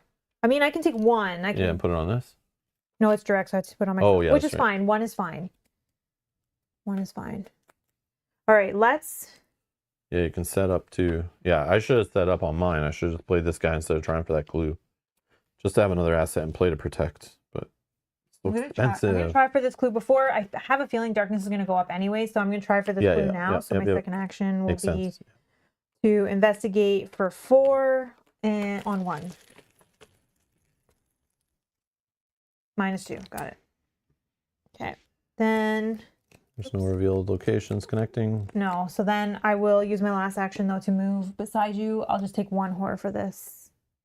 Because I don't want to end, I'm scared of this too, in the So darkness. enemies, is there anything we're doing? No, because I think we're not. Investigator phase ends. Each investigator at a dark location. No. Okay. Yeah. All right. So enemy, this guy's just chilling in pursuit, I guess. Reset. Reset those. Oh yeah, reset. So I draw a card. I'll take a horror and then, or a money, and then I have to take a direct horror from that. Okay. All right, Doom. Doom 3. Oh yeah, it's only 1. Gathering Darkness. Add 1 resource to the current darkness level. The current darkness level is 6+, and you're playing on campaign mode. Each surviving investigator is defeated and suffers 1 physical trauma. So we have till 6 darkness before it's all just bad stuff. Okay. Otherwise, perform the following. Put each enemy at a dark location and not engage with investigator into the pursuit area. Shuffle each unrevealed dark location. Along with the top 2 cards of the woods deck and place on top of the woods deck. Okay, so hold on. Put each enemy. There are no. There's nothing for the first one. Okay. No, there are unrevealed dark locations for sure. No, but the first point is put each enemy at. There's no enemy. Yeah, I'm already past Okay. that. Shuffle each unrevealed dark location along with the top 2 cards of the wood deck and place them on top of the wood deck. So this, we're going unrevealed dark, unrevealed dark, unrevealed dark, unrevealed, but we looked at it, unfortunately. Oh, and this one. Oh yeah, this. Yeah. Okay. And we shuffle them and they become the new woods deck, so we can keep progressing-ish. Sure. Flip each revealed empty dark location to its unrevealed side, discarding all tokens. Oh man. Okay. This is empty. This is empty. This is empty. And this is empty. Not the location next to you as the light makes them not dark. So I'm not sure which one that was for, but. But I was on the edge here. Oh yeah, he's on the edge, so I don't think there was anything beside him. I'm only here. There was none here, right? Or here. Yeah, this is the lantern. Lantern's here, right? Pretty sure, right? Yeah. I don't know. Lantern. Yeah. Unless you're saying, like, because this is not dark, and then this is adjacent to a not dark, but I don't think it works that way. No, they were looking at my character. You're good. Let's see. Yeah, see, I'm not the only one that confuses stuff. Put the location on the top of the woods deck. Put locations on top of the woods deck in a play above and below to the left and right of each location with an investigator. This makes sense. Okay.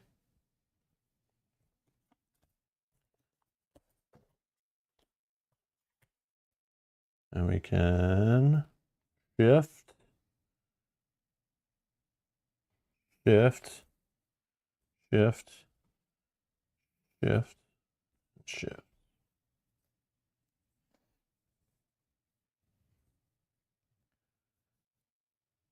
least we kept our layer, which is good. What? Why did this one not leave?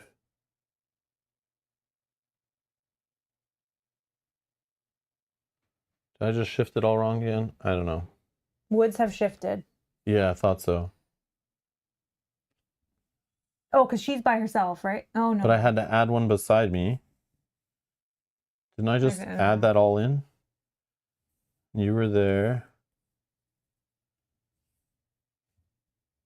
Oh, it was revealed. Oh, and then it flipped face down. That's right. So I did it right. Oh my God. Yeah. I just all of a sudden questioned, like, why can't I see it? But I forgot already. Yeah, something like this, right? Mm-hmm. Yep. Okay. Think we're good. I'm just now confusing myself. Oh, okay. The investigator with the veil lantern, that's me. Test willpower of X, where X is the current darkness level. If they fail, they must choose an enemy in pursuit to spawn, engage with them. Flip this back to agenda 1. So darkness level is now 2.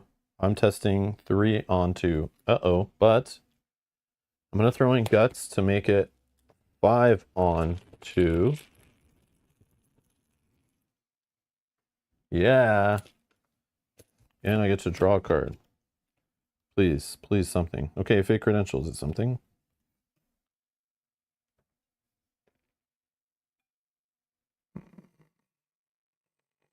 Okay, maybe. All right. So one great thing is we still have the layer. Because of the way that we structured our placements, Yeah. we left the layer. So your out. card is Stolen Light, Peril. I can't... Okay. Place one doom on the current agenda. This effect can cause the agenda to advance or flip the veil to its unlit side. Place the veil lantern in an empty location furthest from all investigators. I will place a doom on the agenda because I think Hey, Rogue. that we need the lantern. I think that will benefit us more, and I think we can hopefully outrun the darkness. I don't know if that's the right call. Call of the Wild. Revelation. Test agility 3. If you fail, choose the nearest enemy. That enemy attacks you. If you failed and no enemy was chosen, take 2 damage instead.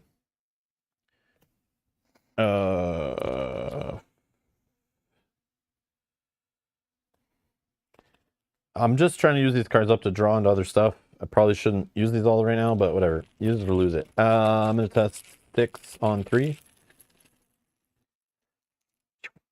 -2. Draw card. Eldritch Tone. It's us. It's us. All right. You need to go first, I think. Get Sure. one clue and come to me, because then we'll have 6 clues on the layer and we'll see what our next goal is. But I can't get these clues. Like, You just need one. oh, okay. Yeah, you just need one. I mean, I can throw a whole bunch of cards in, which I probably will do. Because I have 2. Spencer, 36 months. Thank you so much. Spencer, thank you so much for long-term support, like insanely long-term support. What an amazing 3 years it's been. I've loved every minute. You guys are still number 1 in the Spencer rankings. Cheers. Yes. Yes. The only award that matters. Yes. Thank you so much. Yes. Thank you. Thank you. Spencer, you're awesome. Thank you. Thank you. Thank you. Good to see you. All right. I will.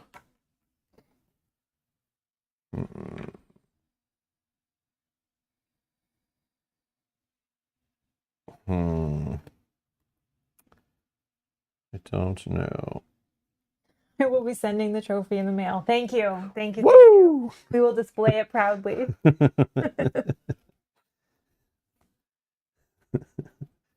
All right. Yogi, shush. I'm gonna I think play. it would have hurt us in the long run, though, to be honest. I'm gonna play Dario for 4. Okay.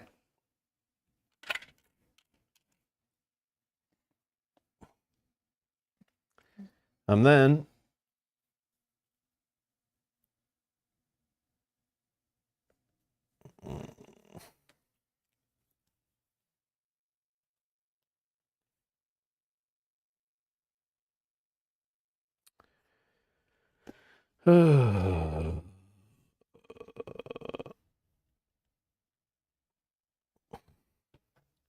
just gonna do an intellect test. I'm gonna add this question mark in. I know it's so bad. I know. I'll do fake credentials in there. So I'm testing 5, 6, 7 on 4.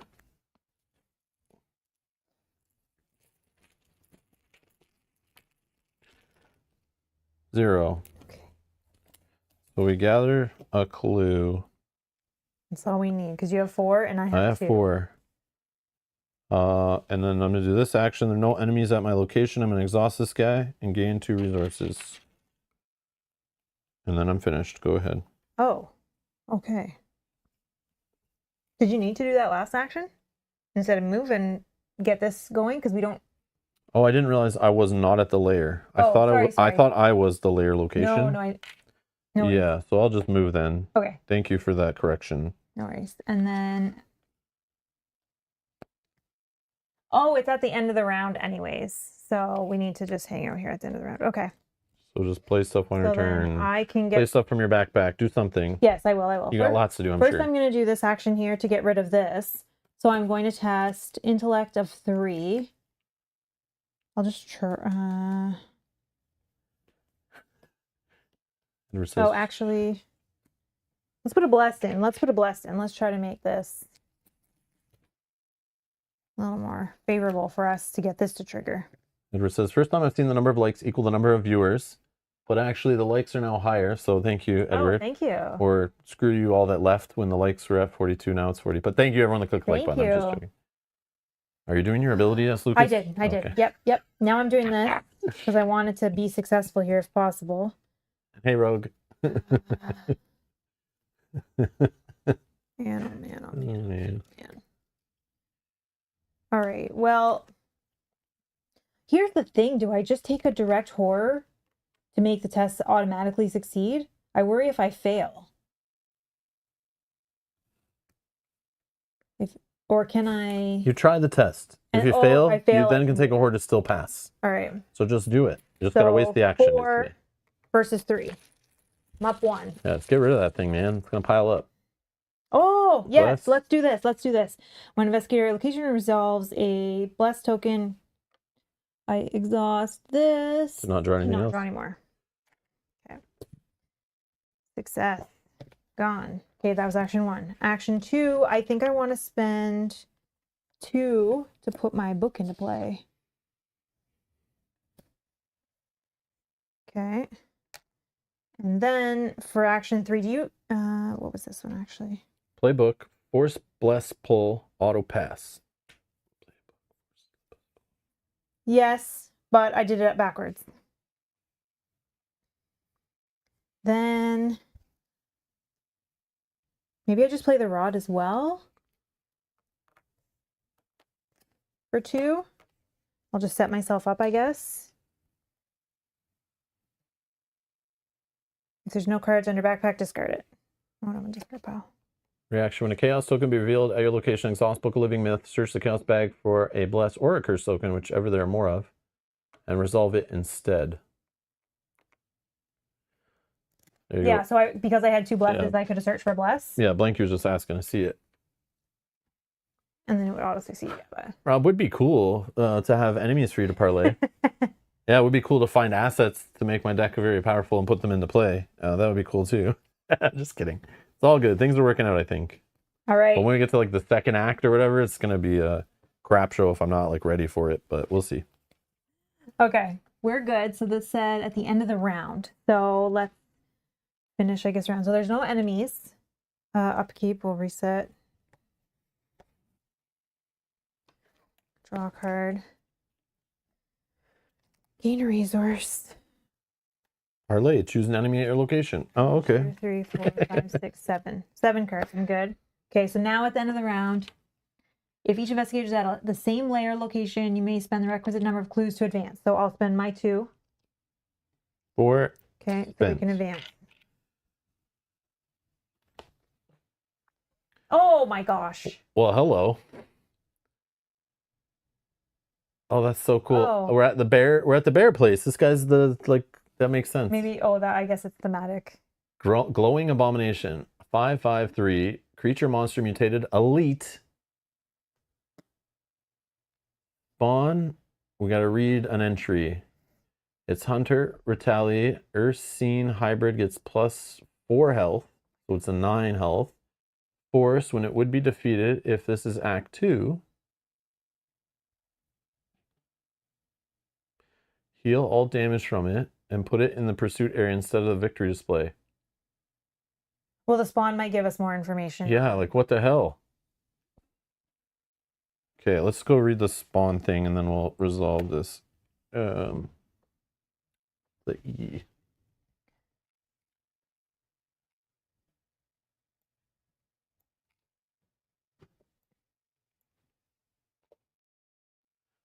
The bear. Choose the bravest investigator to read the following.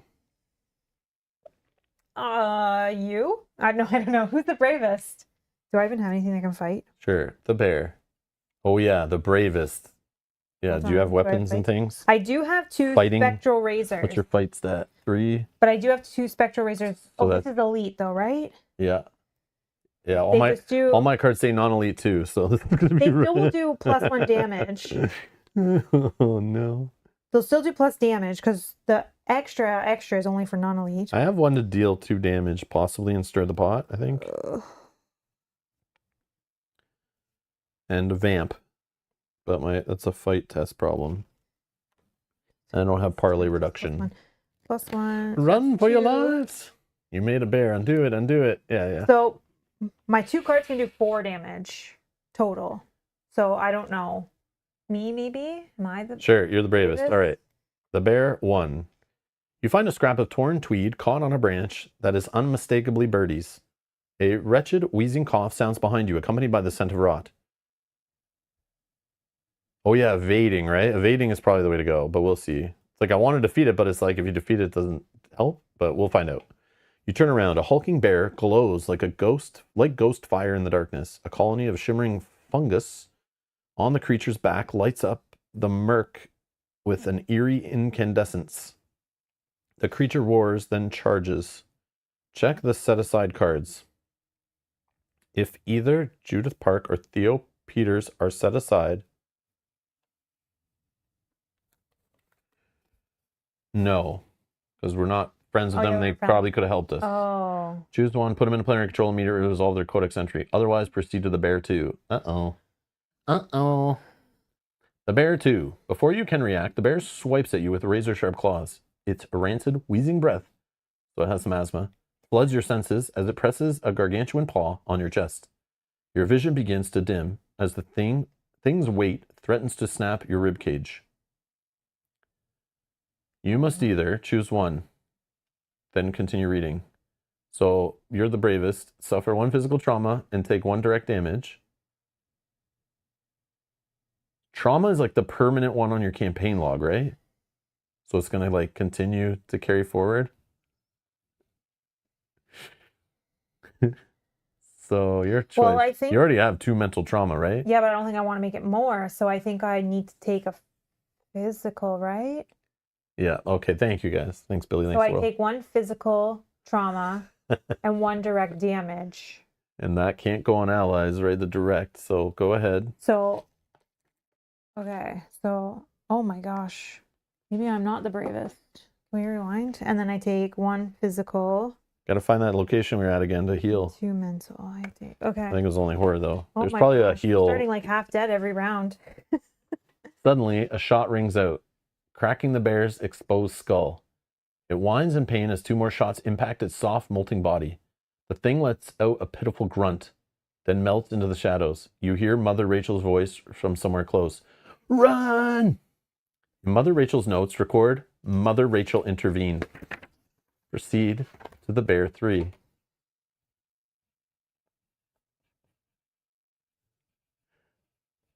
The folklorist is the bravest? Yeah, I don't know. We just picked that. I don't know why. We just went with Mel. It's her idea. I'm not going to say no. Damage and I don't want to go in front of the bear. The bear 3. You flee the scene into a copse of dying trees and hold the lantern up, expecting to see the bear's ghoulish blue eyes reflected back in the dark. The forest is deathly quiet as you struggle to get your bearings. Move each unengaged enemy to the pursuit area. So this guy, like, what am I doing with this guy? Oh, he's the next one. Spawn him. Okay, spawn him. At your location, exhausted and deal 1 damage to it. Okay.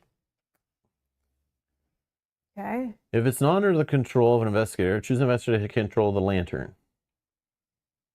Set aside each empty, dark location to remake the woods deck. Do this by performing the following. So, shuffle the set-aside Twisted Hollow location with 3 random Western Wood locations together to form the bottom 4 locations of the wood deck. So empty was just no investigators, right? So 3 random woods. Okay, so this, and then I'm going to grab... I think empty was just no investigators. Yeah. If I remember right.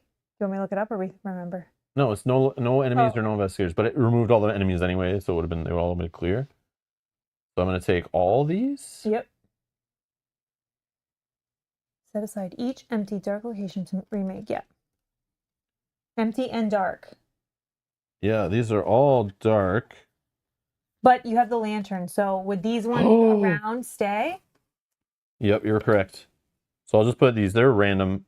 Or were they? No, yeah, they were. We didn't know any of them. Yeah, we did. We did? Yes. Because we looked at this one, but it flipped back. That's fine. Crooked, right? There was a crooked path beside this. Oh, okay. This one we definitely went through was not the Glimmering Meadow. It was a crooked, right? I think. Or did it remove and then... No, it replaced. It replaced. Yeah, let me just do a random one then.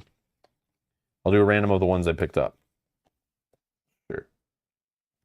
And then I'll take these ones, this one, this one. So it should look like this, right? Okay. And then I shuffle them. I'll shuffle these. Side. And then a random, I need 3 random from this ones to shuffle with the twisted hollow. They're probably going to go on the bottom, so we got to like wander around till we find it. Then place all the other locations on the top of that deck in a random order. Okay.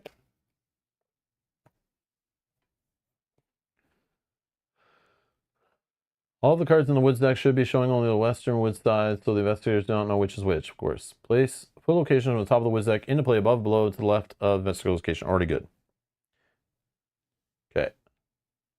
Continue playing. Wow. Now we gotta read this, I guess. Where's Birdie? The trees close in as you follow Birdie's trail deeper into the forest. So there's a free action here to spend a clue. Look at the revealed side of an adjacent location. So spending clues help us find what we need to find, which is the twisted hollow, I'm assuming. Or not to walk into a really bad location. Objective: find Birdie Musgrave. He is lost deep in the forest. Do not advance until you're instructed. So that kind of makes sense, I guess, how this guy... So retaliate is if you attack and you fail, he hits you back for 3 damage and 2 horror. Jeez Louise. Hunter means he's going to chase us around if he's not exhausted at the start of enemy phase. He has 9 health. And if he would be defeated if it's Act 2, we heal all damage. We put him in the pursuit area, which we've seen from the pursuit area. We could engage somebody with the highest something, it's been saying. Yeah, but I think as long as we have the lantern, we're good. I think we don't kill the bear, at least until Act 2 is done. Yeah, which, but we won't know into advance. And that's when we find Birdie.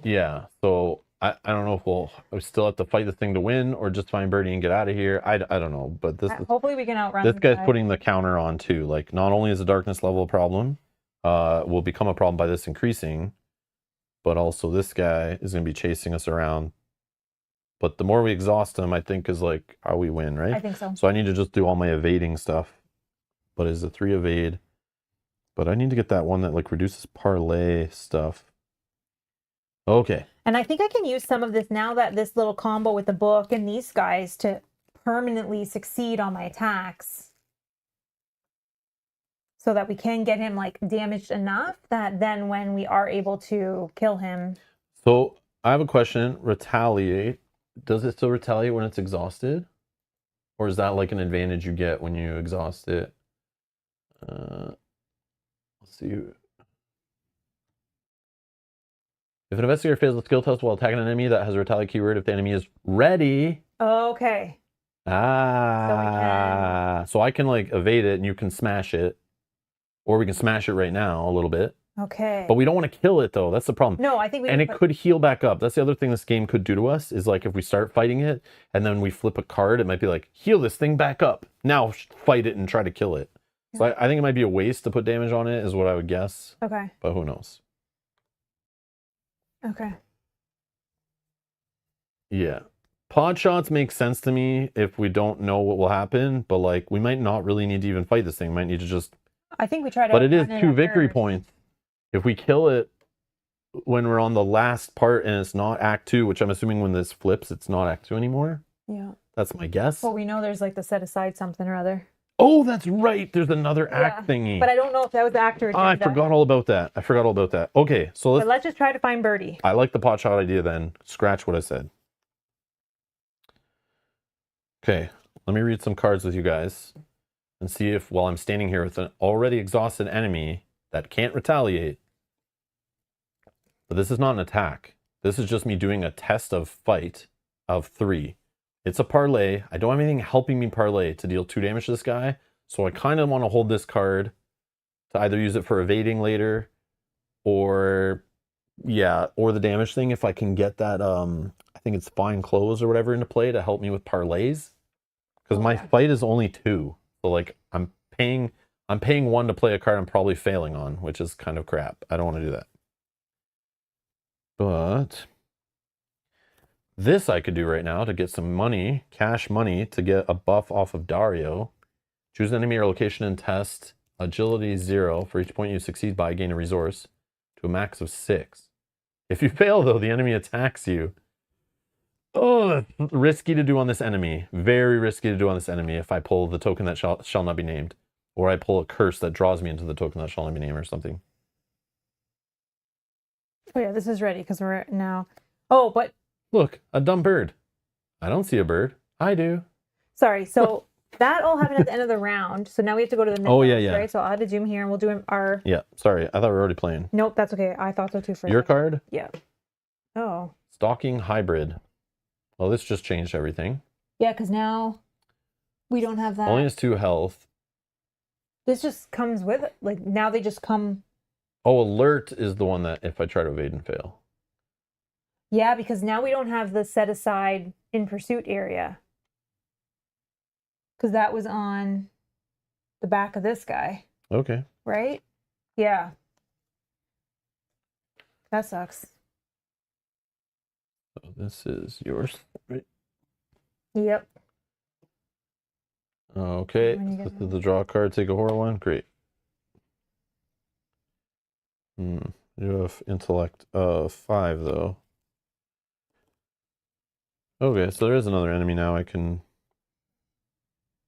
And it's non-elite. Like you're definitely welcome to. Yeah, I don't know if I have anything. Like I also have backstab in my hand for fighting the bear, maybe. Like to deal 3 damage to it would be pretty sick, right? Yeah. But again, it's oh, this is the fight, but it uses agility instead. Your agility is 5, right? Yeah. But its fight is 5. Yeah. So this doesn't.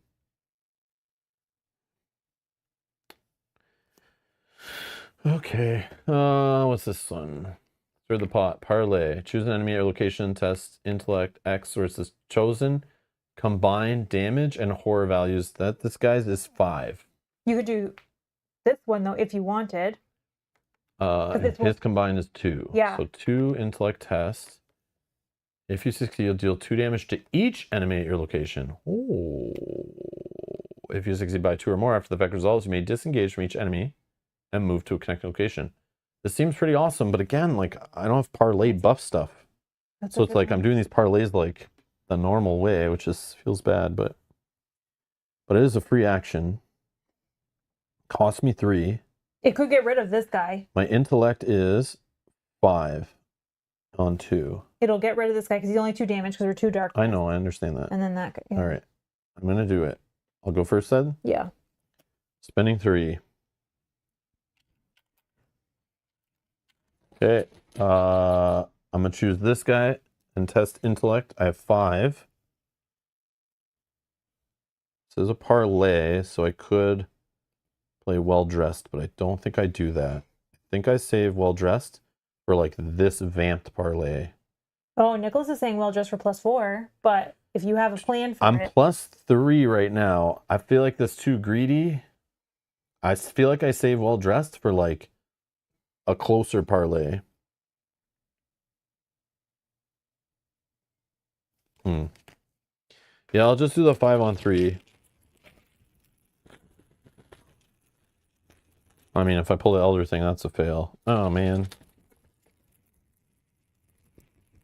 You can rob the bear and use Mel's book to guarantee... You can rob the bear and use Mel's book to guarantee to succeed on the 6 resources. Can I still use the book, though, on an auto-fail? So you're saying play the one that's like grift or whatever? The stealing from the pockets there? Yeah, because we can use it on... we'll use all this But I'm still not going to get to the 10 I need for this right away. So it's like, oh yeah, and I got to deal with this too. You can just take a damage, right? Or a Yeah, but I horror still have to waste the action on it. So let me just see what happens here. All right, 5 on 3. Let's see what happens here.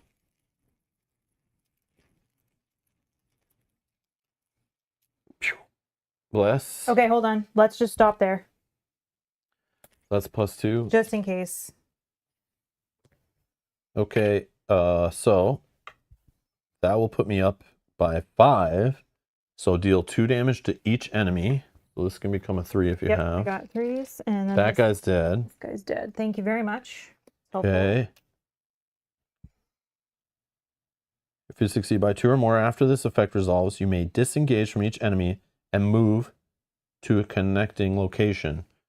I will move to here. Mushroom Grove gets +2 shroud. Oh, it's the same as that one. So 2 clues. Forced after you reveal Mushroom Grove test. What's this? So it's not dark. Oh, forest location. Yeah, it's forest. After you reveal Mushroom Grove test, intellect X, or X is the current darkness level, so it's just 2. My intellect is 5. If you fail, the enemy in pursuit with the highest evade. It's highest evade. Yeah, that's what we're worried about. But Oh, so this guy would actually attack over this guy if he was in pursuit. Oh. Okay. But I could ignore this forced effect. But I might move again. You can, because then that if I can get away from you enough, then I can try to get those clues not in when it's dark. What is that, sorry? Because this is while it's dark, it's easier. Not dark. Well, it's not dark. Yeah, when it's dark, it's easier. Yeah. But I'm making it not dark right Yeah, now. but if you moved away enough, we got to refill around it as well. Yeah, yeah. And then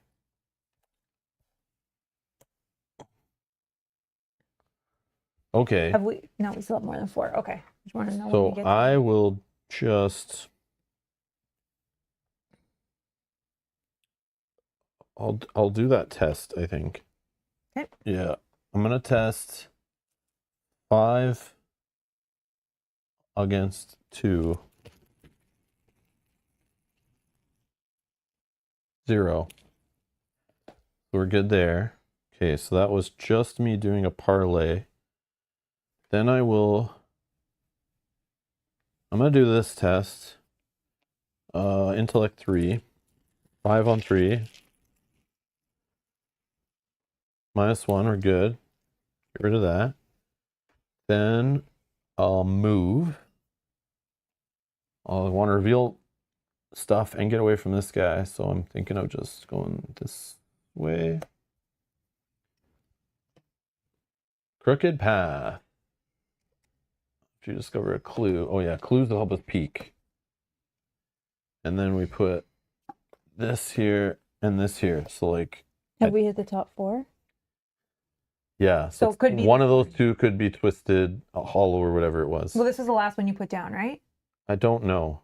I'm not sure, to be honest. Somebody will I'm know. like 99% sure you put this one first, then that one. Okay. I So it don't could be know. that one. Sure. Okay. Not likely this one. Okay.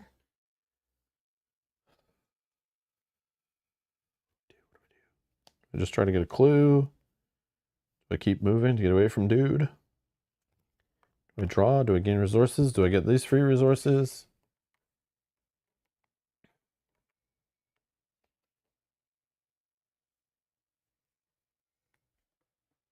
I think I go for the clue.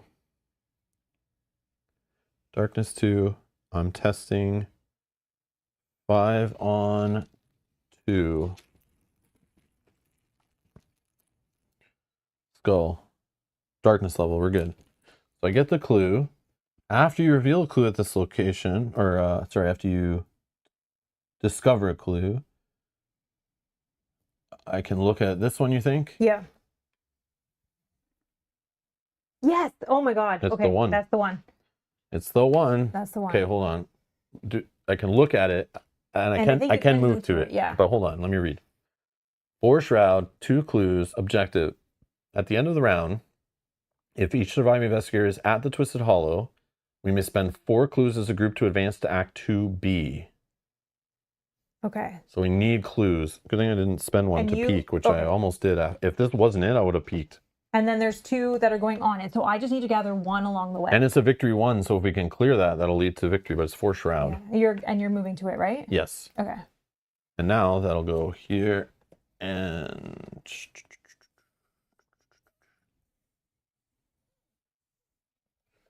here. Okay. Wow, that was good luck. Okay. Well, we still got to get clues, so it's like we didn't want to get there yet, but now we know what's needed. We need 3 more clues. Okay, I'm finished. Go ahead. Okay, I'm gonna add a bless because I don't have any to the bag. Okay, then I'm going to move 2 shroud. 2 shroud now. Yeah, because this is dark. And play this actually. I think I do I'm gonna do this.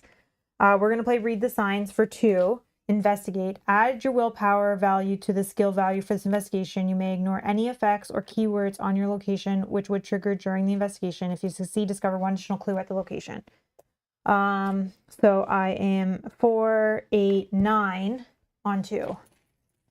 I just really want to get the both in one shot. Oh, that'd be awesome. If possible, to save an action.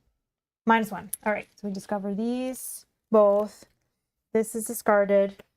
That was action 2. So move, and then I'll move for my 3rd action to get closer to you. Yeah, because the dark thing still matters. Yep. But now I'm adjacent to you, so the darkness won't. Okay. Okay. Maybe I should have saved the read the signs for that one. Enemies. Yeah, probably. So enemies aren't going to do anything. Okay. Reset actions. Ready your cards. Draw a card. Ready. Yeah, oh yeah, he readies. Yeah, yeah. Other fake credentials. Money. Okay, check hand size. 7, yeah, I'm good. Okay, we're going to put Oh, I have chaos, okay. a 3rd doom. Clear the doom. Which we're going to add a token. Put each enemy at a dark location and not engage the investigator into the pursuit area. Shuffle each unrevealed dark location along with the top 2 cards of the wood deck. Place them on top of the woods deck. Each unrevealed dark location. So remember, I am lighting up all that stuff. So this one is dark. This is revealed, right? Yep. This is revealed. This is revealed. This is not. And these are not. This is not. This is not. Everything else is protected. Okay. So these will be top 2 cards of the wood deck. There is only 1 card, so we're shuffling. Actually, it's kind of lucky that you did find that when you did before. Yeah, because it will keep getting worse. Lower. Yeah. Yeah. That's really cool, actually, how this works. Yeah, that was definitely. Then flip each revealed empty dark location to its unrevealed side, discarding all tokens. Sounds very good. It's already good.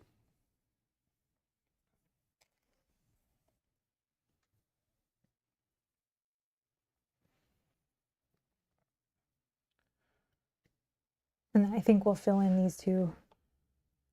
Put locations from the top of the woods deck into play. Each location with investigator. Okay. That's it.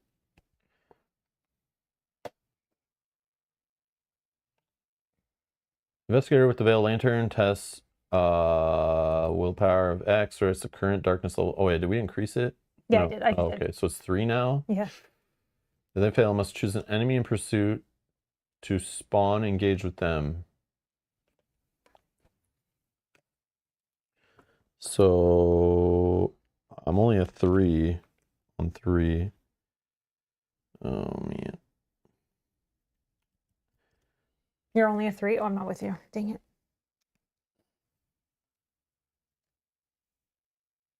Like, do I like want that enemy engaged? If it's the non-elite one, like if we can choose, it's the non-elite one. We have tricks, but it's still 5 health, right? He's 5 health and he's elusive. So every time you fight him, he just like goes away, and then he'll get you again because he's a freaking hunter too. But like having enemies is like not the worst thing. Because like, can I vamp him? if I test this, I could automatically evade him. And if it's non-elite, move him to a connecting location, or I could just discover a clue at my location without pissing him off. I don't know. But like, why am I doing that? I don't know. I don't know what to do here. Even if I put stuff in, doesn't mean I'm going to pass. Like, I want to keep this because I want to put this into play so I can maybe play stuff out of my discard pile and start reusing some of these things, which is really powerful at the end, but will I have the money to play all these things out of my discard pile also? That's the question. I have a way to give out some money. I just haven't used it. Yeah, I have too, but it's like, it's not working out as we're like right in the thick of it. Yeah. And I feel with this 3 doom threshold on this card, it's like the pressure's there. So it's hard. So I don't know. If I put this in, I'm only up +2. That's probably... Just pass with 3v3. Oh, I'm only +1. Yeah, I'm only +1 if I put this in. You might just pass. You might. Yeah, I'll just not put anything in. Unless you have some tricks, but you know. I'm not with you. Yeah, okay.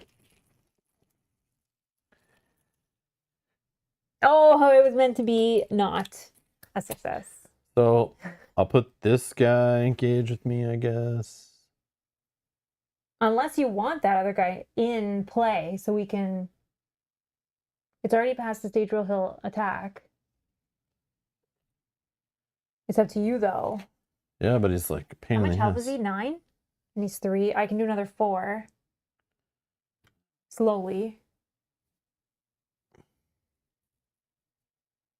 We don't want to like... But we don't want to kill him yet. Yeah, there's some like, there's special time when to kill him.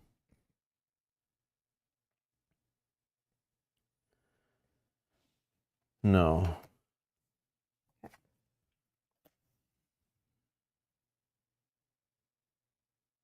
Oh, hold on. Forgot about this little line of text. -2 to all skills during the Mythos phase. So when you're doing like tests on Mythos cards and stuff, which is about to happen. Right? Yeah. Frig, man. The other guy might be better. Okay. And we just have to evade him. Yeah. What's his evade? Yeah, he's got a lesser evade. Yeah, as okay, well. done. All right. Was that all just this? Yeah. All right. Your card? Yes, please. Test willpower of 3. The test gets +2 difficulty if your location is dark. It's not. It's not. Okay. So I need those. All right. 5. 5 is my willpower.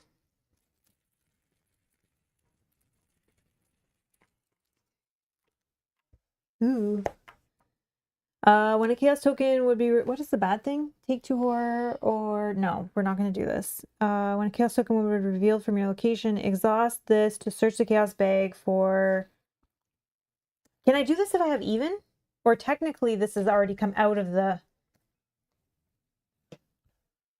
When a chaos token will be revealed at your location, exhaust Book of Living Mist. Search the chaos bag for bless or curse, whichever there are more of.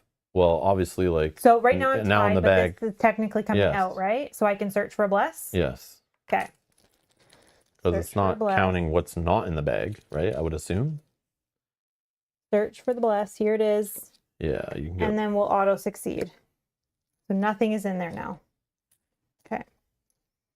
Because I don't want to take more horror. Mm-hmm. I didn't want to do that, but that's no, it's fine. Better than... You're right. Okay. Okay. My card? Oh, it's how you choose. Okay, good. Oh, gosh. Poison Blossom. 2/3/1. Retaliate. Creature for a mutated night. Poison Blossom is +1 fight, +1 damage for each overgrowth on it. Forced at the end of the round, place a resource on Poison Blossom as an overgrowth.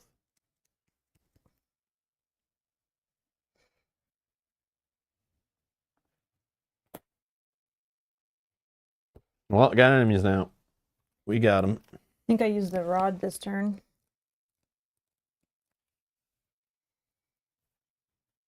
Alrighty. So we only need one more clue, and then we can trigger this at the end of the... It's at the end of the round again. Okay, so we just need another clue by the end of the round. Can I use free actions on your turn? Can we do that in this game? Yeah. Yeah? Yeah, yeah. So then I can do this. Choose a non-elite enemy Well, it could be your turn. at any... Oh, I guess. Sure, go ahead. Do whatever. Okay. At any location and exhaust the rod. Reveal 5 random... Oh, I gotta go first and put... No beguiled in my hand. I think I used it on a skill test earlier if I had it. Do I think I would grab one? Yeah, I used it for this symbol. I know. Oh, yeah, I'll play this first. I just know I have 3 of them. I figure I would draw into another one. Okay, I'll go first. So I'm putting a chaos token in the bag. Then, action 1, we're going to play this event. As an initial cost to play this event, add 2 chaos tokens to the bag. Investigators. Oh, should I move first? You need the money? Yeah, money would be amazing. Okay, so then I move first. Okay, so you moved first. So I move first, then I play this event. Investigators at your location gain a total of 5 resources distributed as you wish. I only need 1, I think. Yep, I'll take 4. Yeah. Okay. Then I can do this for free. Choose a non-elite enemy at any location and exhaust the rod. Reveal 5 random chaos tokens from the chaos bag. If a curse token is revealed during search the bond cards for a random rod and attach it to that enemy. So I'm choosing whichever is the non-elite one. 1, 2, 3. Oh my god, come on. 4. Oh, please. For real? I just put 3 of them in there and I don't even get 1? Son of a gun. Okay, never mind. So rod did not work. So then my last action will be...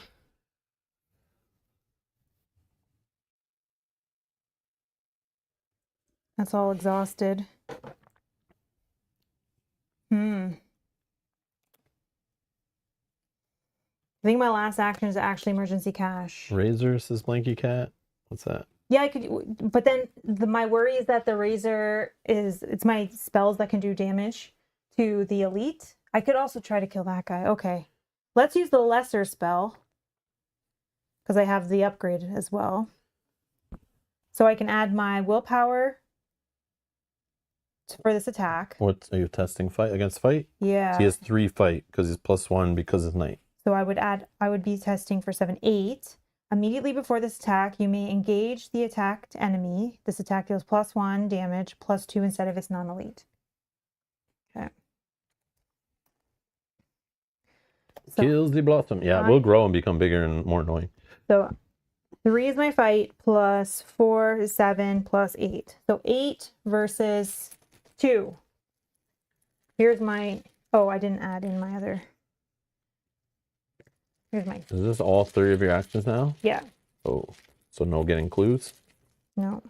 But I could evade this guy, maybe get clues. Are you for real? You put him in there, man. I know, but I wanted to see that last action. +1. Okay. So I was 8 versus 2, then 6, Oh, yeah, you're 7. Okay, we're good. That's going to come out. Is this dead? That's dead.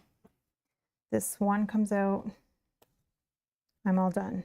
But hopefully you can evade and get 1 clue. Yeah. Potentially. So I'm going to... It's a 4 shroud. So best way to do this... I think the best way...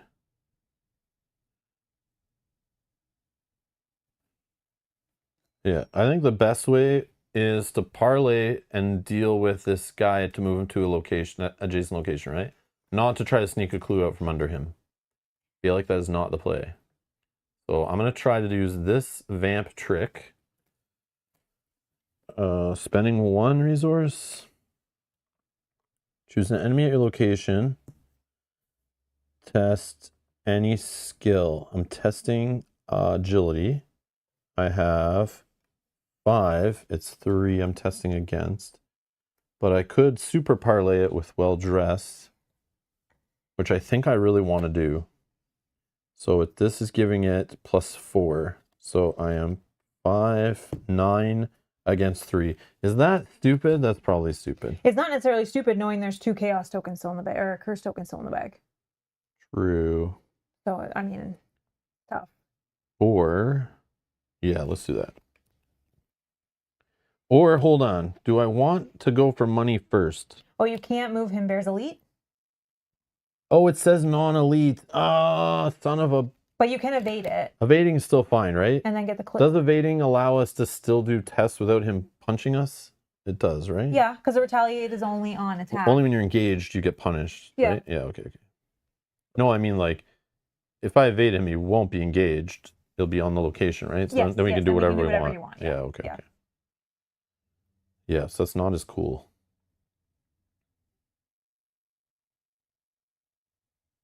I could just do a good old classic evade test. If this is not moving him, why am I wasting all this crap? And it counts as your extra action. This, yeah, but I also could use that Yogi. What I'm thinking is like, I'm assuming it's Yogi saying it. No, Yogi Lucas, and Lucas, yeah, Lucas too. Talking about it. Lucas. Oh, and Blanky Cat, thank you. Yeah, this. I'm debating also doing this. But the problem is when I read this last little line, if you fail, the enemy attacks you.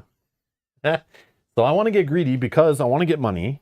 So then I'm buffed up here for future shenanigans. Because then I'll have +1 willpower, +1 intellect, which is like good all around, right? So I'm trying to also prepare myself for like a final showdown of some kind.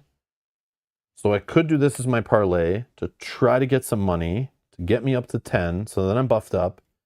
Then I can play this parlay after to do like the discover a clue at my location. And I do a classic evade on him. We can do 4 parlays. Yeah, true. So I can parlay for money. Parlay for clue? Yeah, I just don't know. Is it better to parlay for the clue or parlay for the evade? Evade's only 3. What's your evade currently 5? Hold on. What's this? Let's read this. Choose an enemy location, exhaust rate credentials. I have to play this thing first. So this is not helping me right now. I would have to put this into play, which gets me punched in the face. So I'm not doing that. That also isn't too late for that. I'm not going to fight him right now with backstab. That's not a thing. And then I have well dressed. Okay, so I only have these things. These are the only 2 things I can really do. It's the level 0 vamp. Oh, because you're. There's a better one. Yeah, why not do all the vamp things you can, but you can only choose. I can only choose 1 test, it seems, right? Oh. Yeah. Choose an enemy at your location and test any skill for 3. If you succeed and you tested whatever, yeah. So I can grab a clue out from under an enemy. It's like, even with an engage with me, it's all because I'm parlaying, right? So it's one of those cool things where at the end of a scenario, when the boss monster's on you and we're like, oh my god, we have to try to evade him to even do something or we're dead. I can just go, yeah, I'll get the clue. And then at the end of the round, we spend it and we win. Yeah. Kind of idea. And the clue is what I need. Yeah, we do need the clue 100% to progress. Yeah, so I'm just debating here, trying to think of numbers. If I try to just evade him, he's only a 3. But he doesn't have the alert. Yeah, so he's not. So I'm assuming I can try to evade for a 5 on 3, and I could even like toss away a backstab to help with that. But I think that's probably a bad idea because that's like my 1 damage card, which I probably should save for fighting the bear, assuming that's going to happen. If I do a 5 on 3 test and just pass, he's evaded. Yep. Then I can do like this test and like, I don't know, it doesn't matter the order then. He just needs to be evaded first. I think that's what you want to do. Yeah. Because this is still a 3 test to try to evade him. It's still the same thing. So I don't think wasting this card for that. I think I use this card to help me get a clue off a location that is harder to do. Yep. Okay, so I agree. In that case, I'm going to try to evade. 5 on 3. Regular old, Pick that up because there's filthy, dirty, disgusting, boring evade. 5 on 3. Yeah, I know. I need fine clothes. Like that, it's been killing me. And I want to waste draw actions, but now we have enemies, so I can't just do draw actions. That's why I regret playing all those skill cards early that just drew me cards on tests I really didn't need to use them. Because now I wish I had them later in the game for like winning and more important tests. I was just digging. I was digging. 0. Okay. Okay, he's evaded. Get out of my face, you stinky bear. Okay. That is that. All right. Now, I'll choose an enemy at my location. I'm going to do this parlay. And test 0 agility. I am testing 5 on 0. And I get money for everything I pass by if I fail, that guy attacks me, which is not fun. Here we go. Take his money. Give me your money, stupid bear. Okay, he's So you get 4. not really carrying much money. Yeah, 4 money. Okay. That puts you into fine clothes, right? Or into the No, plug? Dario will help. Yeah, Dario will help me. 6, 7, 10, 11. Okay, so now officially I have +1 willpower and another +1 intellect. Okay. Sweet. All right. Now I'm going to play Vamped for this and 1 resource, so I'm still at 10. I'm going to test intellect, and now I have the bonus to intellect, which I was hoping to have before doing this, which worked out. I'm testing 4, 5, 6 on 3.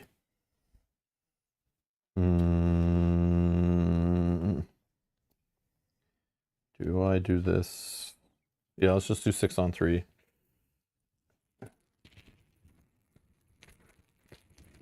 Six on 3, or do I make it 7 on 3? 7 on 3. 7 on 3.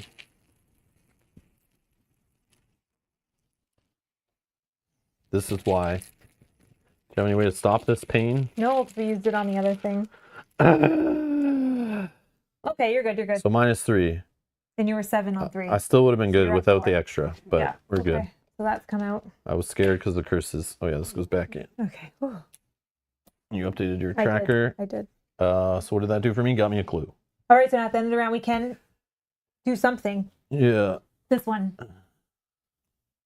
If each surviving investigator is Oh, we'll at the advance to Act 2B. Okay. So I still have a spare action.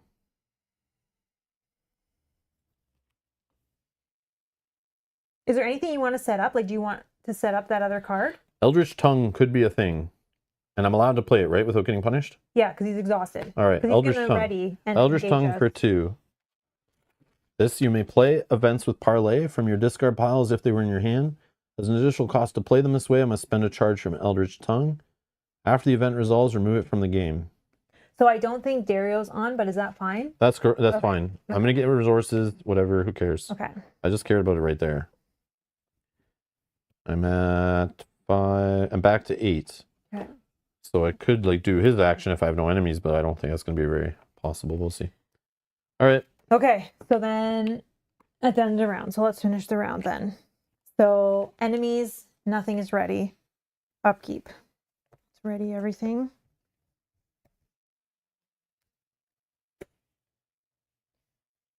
Okay, he's gonna ready. He's gonna engage with somebody. Who is better for him to, I don't know if he's got a priority on there, sorry. No. No? Okay. Gain a resource. Draw a card. Oh, man. Obsessive. Fine clothes. Hello. Nice of you to join us. It's annoying. Okay. Doom. Oh, end of the round. End of the round. End of the round. We advance. So we got to spend 4 clues. I have 2. Yep. 2 done. If it's another enemy, flip on the table. Out of the frying pan, into the fire. All right. Stay back, squeaks a familiar voice. A pine cone whizzes past your ear. Birdie peers out from a hollow in the massive trunk. It's you, he chirps excitedly. I thought I was done for, but here you are. His eyes go wide as a familiar wheezing roar echoes through the hollow. Put the set aside. Birdie Musgrave's story asset into play under the control of any investigator.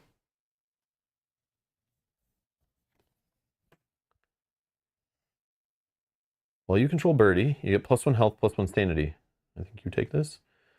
Free action. Take either 1 damage or 1 horror and exhaust Birdie Musgrave to parlay. Lets you draw a card and read his entry. Forced. After Birdie Musgrave is defeated, set him aside to play. Okay, sure, I can take him. You have things to put damage and horror on though too? Horror, yes. Damage, no. Oh. But I only need to... Oh, it can go on him too. Yeah, and I only need to take either... But you have an extra right now. Yeah. So I could take a horror right now. But I haven't taken anything. I got 7 and 7. I have these 2 guys that can but now take. you have this guy. It's up to you.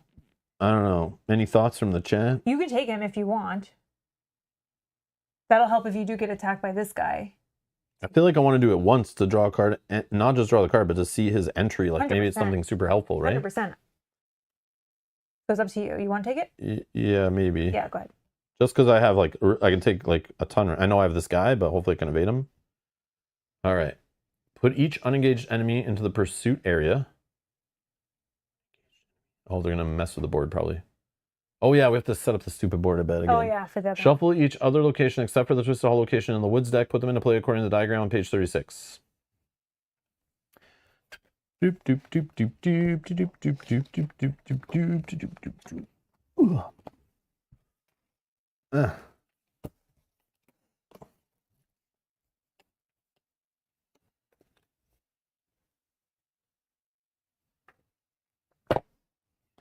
The Twisted Hollow was second row?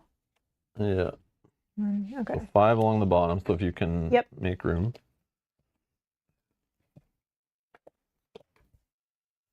Okay. Or you can go. No, that's take more room. Nope. I can move some of mine if we need. And then this guy's here.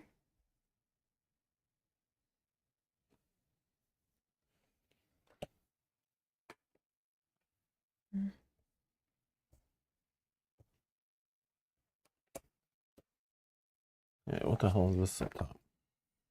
Leave that space empty, I think it said. When we were initially reading it, we were confused. Oh, I see. Yeah. Yeah, leave that spot. That makes sense. Yep, yep.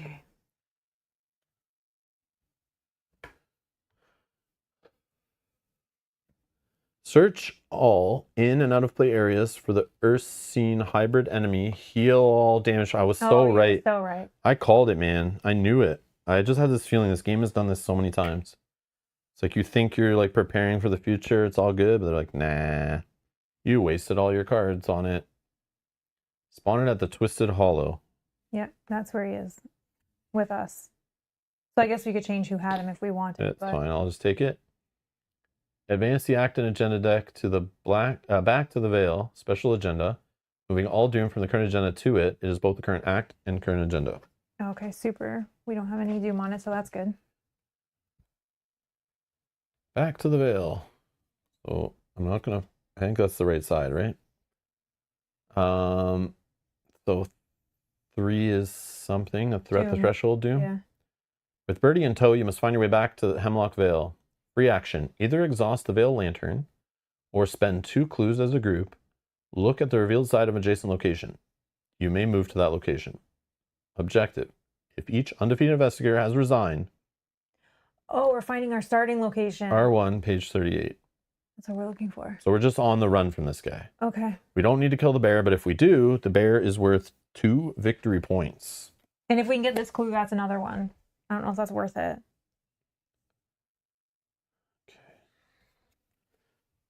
Oh, yeah, clearing that one. I see. Damn. Yeah, that could be cool. So that was all end of the round, right? So now we place the doom on the agenda, right? Yep. Your card is... Oh, super. Stalking Hybrid. He is a 3 health. Okay. And I get a black Amanita. So it's massive. So it's engaged with both of us. Not aloof. Forced. After you discover a clue at black Amanita's location or a connect location, if it is ready, take a direct horror. Well, that's... So it's just like here and engaged with both of us. So yeah, let's get away from that guy. But also if you're adjacent trying to get clues, it also direct horror time. What the hell, man? All right. So now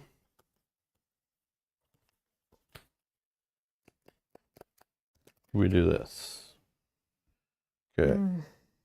I go first? Yeah.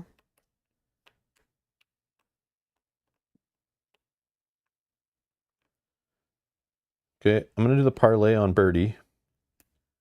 Either take a damage or horror and exhaust Birdie Musgrave to parlay.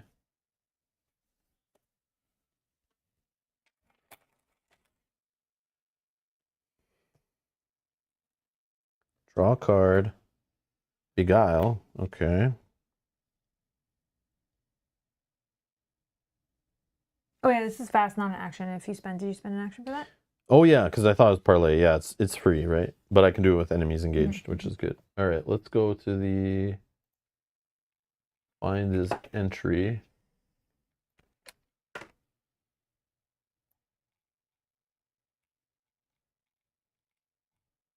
Where the heck?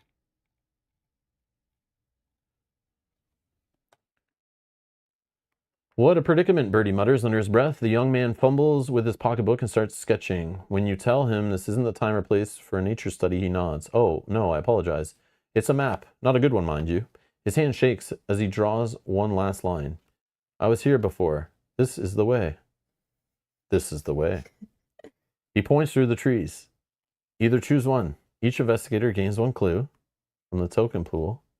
Already the Vale Lantern asset. Well, I haven't used it yet, so A clue? we each gain a clue. Clue. Okay. And we can't trigger that more than once. It didn't say, right? No trigger more than once. Okay. Then it didn't write anything down. But I wonder, could I trigger this just to draw cards but not read the codex? But not that I will do it, but I'm just out of curiosity. I remember you can't fire the codex off, but does that make you not be able to do the whole thing? That I'm not sure. But I won't do it, but I know someone in the chat knows, but it's all good. Just thinking out loud. Okay. So that was no actions yet. I want to evade this guy for sure. Yeah. You think you can use it to draw a card? I would think so too. I just know I definitely can't go to the codex for sure. It's like, does that stop the whole thing? All right. So let me read this. Fast. Play only during your turn. Attach it to a non-elite enemy. I don't think I care about that. Oh, I can do it to your enemy. Mm-hmm. Either move attached enemy to a revealed connecting location or perform a basic investigate or evade action on this location. If you fail a skill test while resolving this ability, discard Beguile. You may activate this ability from any location. So do I... There's a problem. I don't know where to move this guy to if I did that, but I would love to move him somewhere where I can snipe clues. But I don't know if we really need clues that much, but I know we can spend 2 as a group to look around, because right now we don't know which way to go. Well, we could do that right now because we do have 2 clues. It's free. Yeah, okay. Okay, we can do that. I'm down. Right. And then which one should we look at? Whichever one you want. Like it could be down here, here, up here, or here, and we could like waste Let's look at this one. Okay. No. Moonlit clearing. While an enemy is moving, its location is considered to be connected to moonlit clearing. So it's like a little shortcut. Forced. After you reveal moonlit clearing, test willpower willpower for X, where X is the current darkness level. If you fail, find the enemy in pursuit with the highest fight and spawn it at this location. No. So we don't want to go that Do you way. have red cubes? Yeah, sure. We could technically do that again and we could exhaust the lantern. How bad were some of these forced effects? Well, if it's a force, we just don't go there. A lot of... Yeah, but we need to get away from this enemy. We need to get away from this enemy. So I'm going to do some like 2 actions probably to move and run. So I'm going to use this to keep myself safe. Okay. All right. But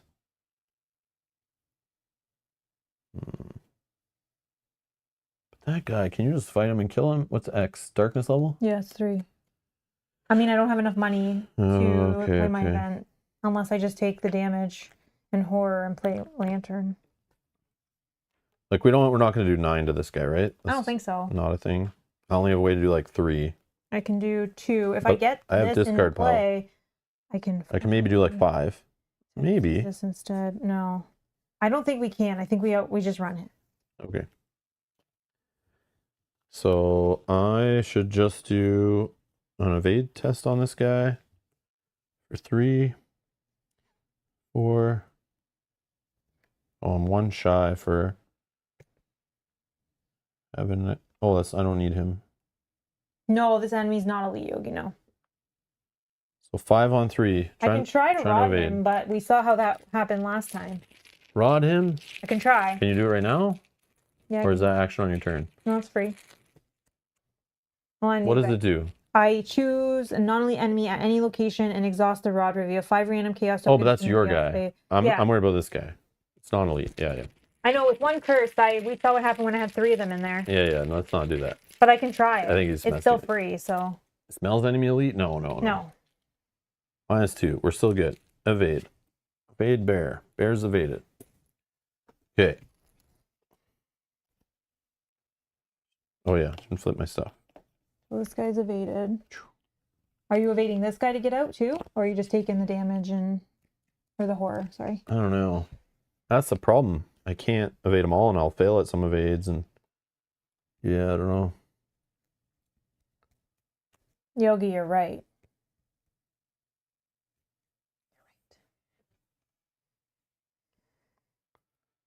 I don't know. Yeah, I guess I'll just do another one. Sure. Let's just evade again. Seems messy. I better have actions to get out of here. Or these guys will all just be right back engaged in again. -1, we're good. So, how does it work with massive though? Is now he unengaged with both of us? He's exhausted. Okay. And I gotta move. Yep. I just don't know. Which direction? Yeah. Like, even looking at an adjacent one, I don't think is gonna matter. I'll just go up. Eeny, meeny, miny, mo. Oh my god, you found it. No, I didn't. Yeah, the resign. That's the one. Is it? Yeah. There's multiple of them then, though, right? Because we've seen Glimmering Meadow before. Yeah, we started there. That was our starting location. Are you serious? Yeah. If each undefeated investigator has resigned. Okay, we found it. So I can leave right now? You can. Oh no, I only have a parlay left. Damn you need an action. Damn it. yeah, it was only one meadow. Yeah, we found it. Yeah, that's a little nutty. That was lucky. In my mind, I was like, it's going to be this one.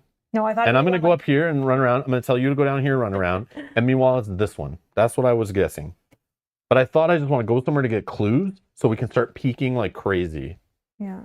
I know we're missing out on victory points. I know. There's many victory points. Well, maybe we only worry about but I don't know. One. But we'll see. Let's see what happens. So hold on. Do I have a parlay that I can still do? Not on my location. So the problem is this guy affects adjacent too.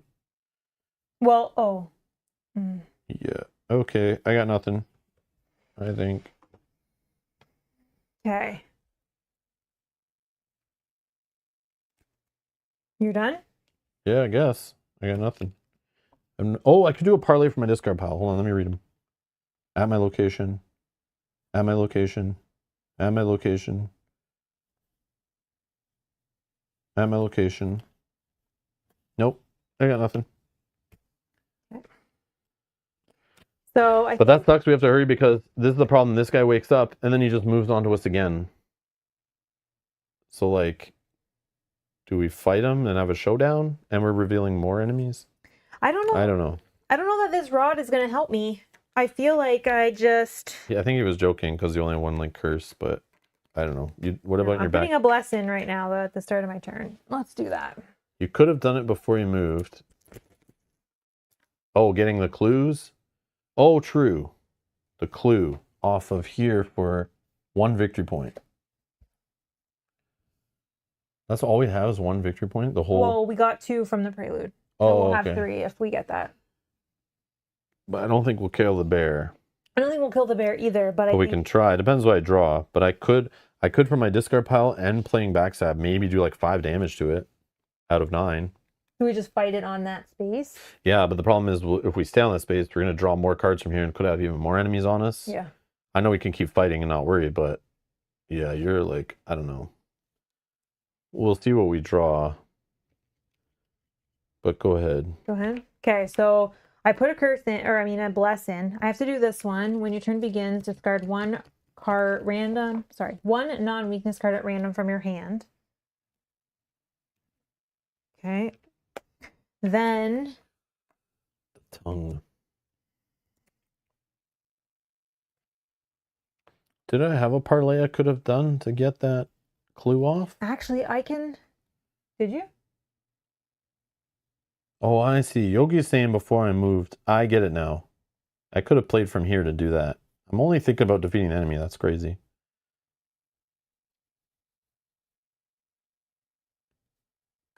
Do I do that before I move, maybe? Yeah, I still have this parlay. Hold on. I mean, if everyone's okay with that, but... Yeah. Yeah, because I still want the victory points. I totally forgot about that. I thought it would be so much longer. Right. So I could have just do this one. Mm-hmm. But probably just do it.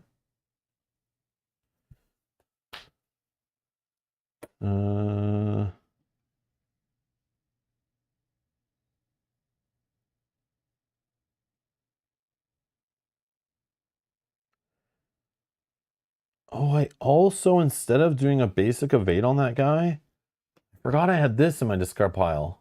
Oh, no, but I need to evade him to play this. Or was that before? I don't know how long I've had this in play for now, anyways, but because I could have done a test on him, deal 2 damage. If I succeed by 2 or more, I could disengage and move him away even. Do I do that instead? I could have done it with another guy too. I'm being dumb. So let me just do the vamp. Spend 1. I'll play vamp from my thing. Remove from the game. There is 1 blessed in here that I just added because it's going to be the start of my turn. If you pull that, just don't count it. Don't count the blessed? No. Okay. Because I just put it in because I thought it was my turn and I just don't want to take it back out. I'm testing a test of 3 is intellect of 4, 5 on 3. Yeah, 5 on 3. Cultist is -1. And heal 1 damage. Heal 1 damage from your investigator. Well, I don't have. Oh, why can't I get that? I don't think I can heal here, right? Or can I? Yeah. It says from your investigator. Oh, I don't know. But I don't know if that's like you specific. Yeah, I'm not sure. Don't get to heal very often. It's not something I'm familiar with. All right, so that would get me this clue, and then that would be that parlay, and then I would move for my last one. Okay. Whatever. So I think I'm gonna just make this evade auto succeed. So I'm going to evade for 1. He has 3. We'll use the book to make this. I have to do stuff like this to try to get that 19 XP that Yogi wants. When a chaos token will be revealed at your location, exhaust the book to search the chaos token for a bless or curse, whatever I have. I have tie, so I'm going to search for bless. Wait. What are you doing? When a chaos yeah. So then I can search for that bless I put in. Okay. This is gone. Whichever there are more of, there was tie. In the case of tie, I choose then resolve it instead, and then I'll do that. Busted. So this comes out. This goes back. Draw the bless, not the auto fail. I know, right? Well, and he's evaded here too. But I think that still works, right? Because it doesn't say auto fails. Yeah, it just says whatever token you're replacing it, right? Okay, that was action 1. We evaded. Now But you still have to pull another token when resolving the bless, right? No, I use this to stop it. Okay. Then I move. Do I just leave? Or are we trying to get, what are you thinking? Because if we're trying, then I'm going to emergency cash here before things jump I could also exhaust this to look at a location still, because this is free. Look at a revealed side of any adjacent location and move to that location. I don't know that we want to do that though, right? The question. We don't need to move, but I can just look. I don't know. Never mind. It's fine. The question is, are we leaving or are we trying to get these points? I don't know. We could have a showdown with it. It's actually just going to stand up and not even move to us yet. Oh, yeah, true. So, let's just leave, I guess. Okay, so then I'll do my last action to resign. Okay. And then you'll be able to resign next. Okay. Well, yeah. Yeah, we could look and see if there's any XP, but I don't think there was on any of them, right? I don't think so. And didn't we... Yeah, we know the Twisted Hollow, and this is our first one, but I don't think we saw any XP. I didn't notice any XP. I think it's only XP on the baddies. The boss baddies. Okay. All right. So I've resigned. All right, so that's end of the enemy phase. Enemies of the hunter keyword. Nope. Reset my actions. Ready up cards.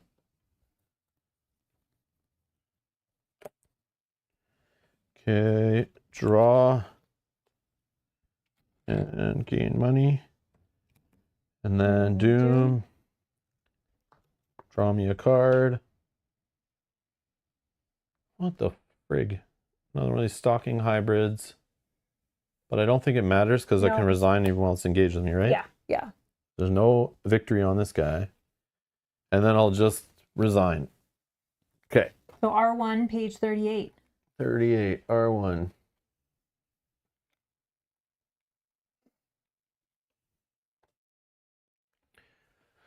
Long, spindly branches stretch like grasping hands as you emerge from the forest into a meadow glowing with shimmering blue wildflowers. The sight of brilliant carpet of blue and white nearly takes your breath away after the oppressive darkness. Perhaps it's just your tired mind, but the heather and flowers seem to pulse. Look, Birdie points with a trembling hand. A dozen luminous stalks rise like floating lamps over the meadow, glimmering in the moonlight. I feel almost as if we are walking amidst the cosmos, that each of us is a little god. He plucks a glowing bud from its stalk, and each of these an even smaller star.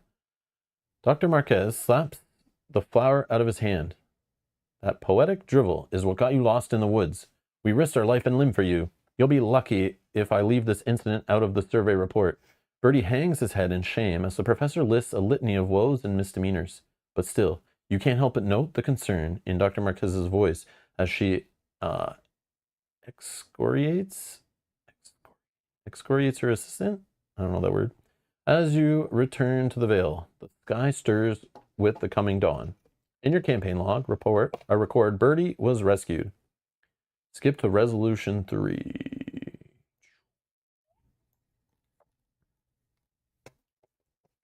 Miskatonic Survey, June 1926. Members Marquez, Musgrave, Ali, on an unplanned foray into western woods at night.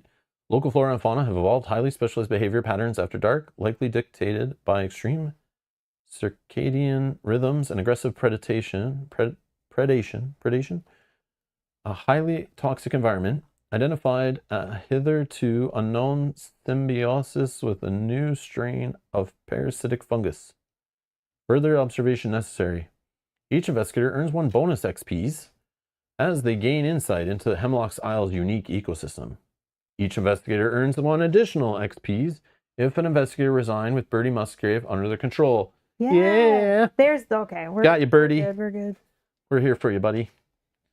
Each investigator earns experience equal to the victory X value of each card in the victory's play, which is just 1. All right, so we're at 5, everyone. And we now may spend XP recorded under unspent experience in our campaign log, which we don't have to do right this minute, but we are streaming on Monday, in 2 days. So we will decide before that episode or during the beginning of that episode, worst case. Don't feel, Yogi, you have to rush right now. Don't, anybody watching, don't worry about it right now. We don't have to do it. So you can take your time. Or we can all together put our brains together at the start of that episode and crack the case and try to figure out what to upgrade to. And we can do some polls and stuff if we want. Okay. If Ursine Hybrid is in the campaign victory display, record the bear was wounded. Oh, the bear's coming back. The bear is for sure coming back. Yeah. In the area surveyed section of your campaign log, check off Western Woods. Done. Proceed to prelude dawn of the second day. Page 39. Okay, cool. Cool. I'll take my tokens out. Yeah, so...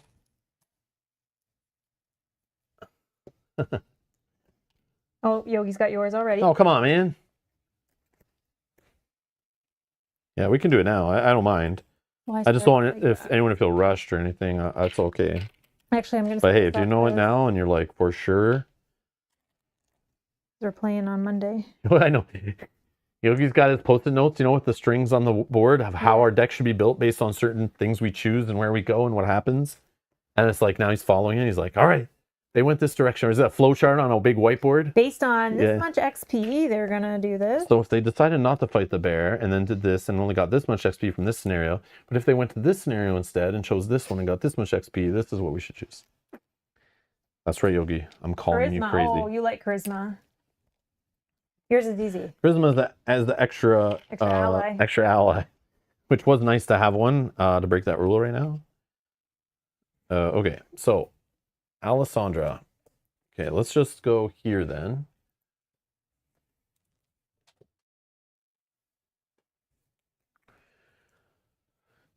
Let me refresh to make sure I'm still logged in and can do upgrades. So how much XP did we just get? 5. 5? That's a lot. Because we got 2 in the prelude, then we got 3 in the after, and 1. Charisma costs 3.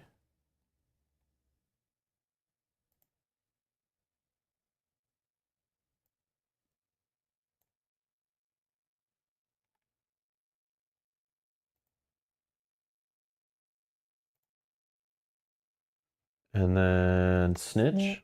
You're a snitch. What does that do? Snitches get stitches. Side deck quantity only. Well, I'll put the deck in first. That was cool, that card. Okay, snitch is cost me 1. It's a favor and a trick. Fast, play after you succeed a skill test while parlaying. Discover 2 total clues among your location and connecting locations. That's a good card. Very nice. I like it. Very nice. I like. Okay, and I'm replacing nimble.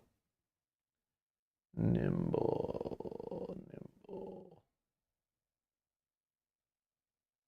So because is it because charisma is a permanent, it doesn't take a place in the deck, right? Yeah. That's the thing, because it starts in play, so like they still want you to have the proper deck size. Oh, mine is a little bit more intense. Okay, hold on. So this is spend experience 5. Those are the changes. That looks good to me. Save. Okay, that's saved. I'll put the link in the next episode's description. Actually, I can do that now while Mel looks for cards. Copy. And a fate. So I can go. Okay.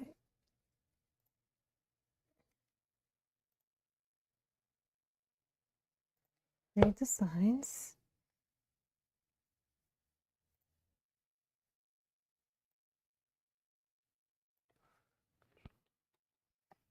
That's free. Okay. And it'll replace itself, I assume. Oh yeah, let me do my physical changes because I might forget. You have the moon. So I'm getting charisma. And I'm getting niche, right? Favor of the moon. Replace 1 emergency cash. Snitch.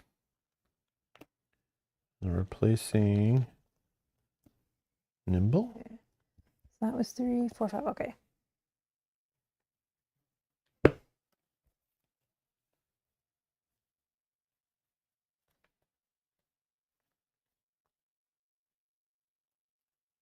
So nimble is out. Oh. Snitch is in. Charisma is in.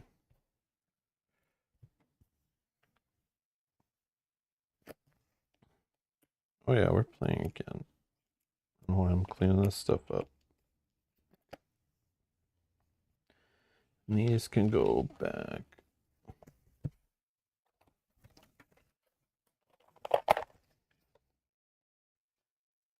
All right, so your upgrade. Okay, do you want my add-ins first and then my removals? Is that helpful?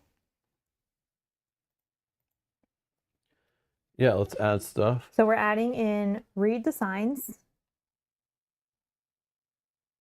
Just one? Just 1. That's free. So it goes to the deck. Then I go down to read the signs. And I take 1 out of the sideboard. Okay. Yep. Favor of the moon. Favor of the moon. Not the One. sun? Not the sun, the moon. Okay, 1 in the deck. Yep. 1 in the deck. Okay, hold on. Then favor of the moon. 1 out of the sideboard.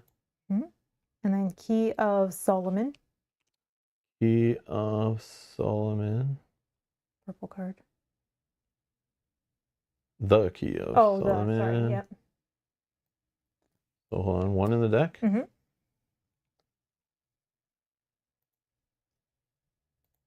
I'm removing 1 emergency cash.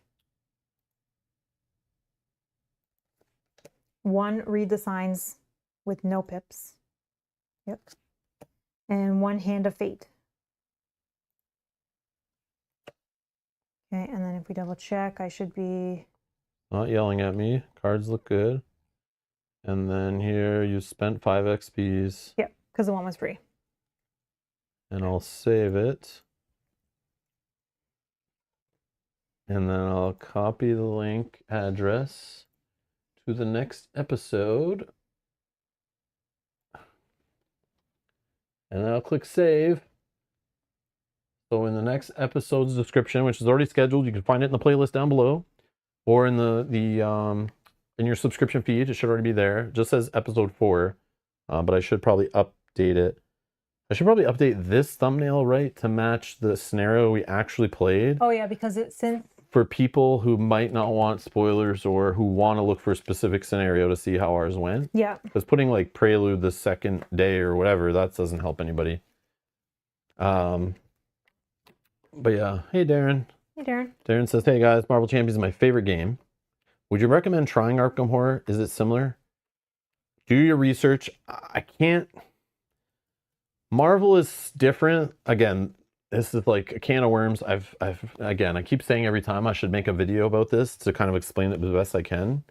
But they are very different games targeted at very different audiences.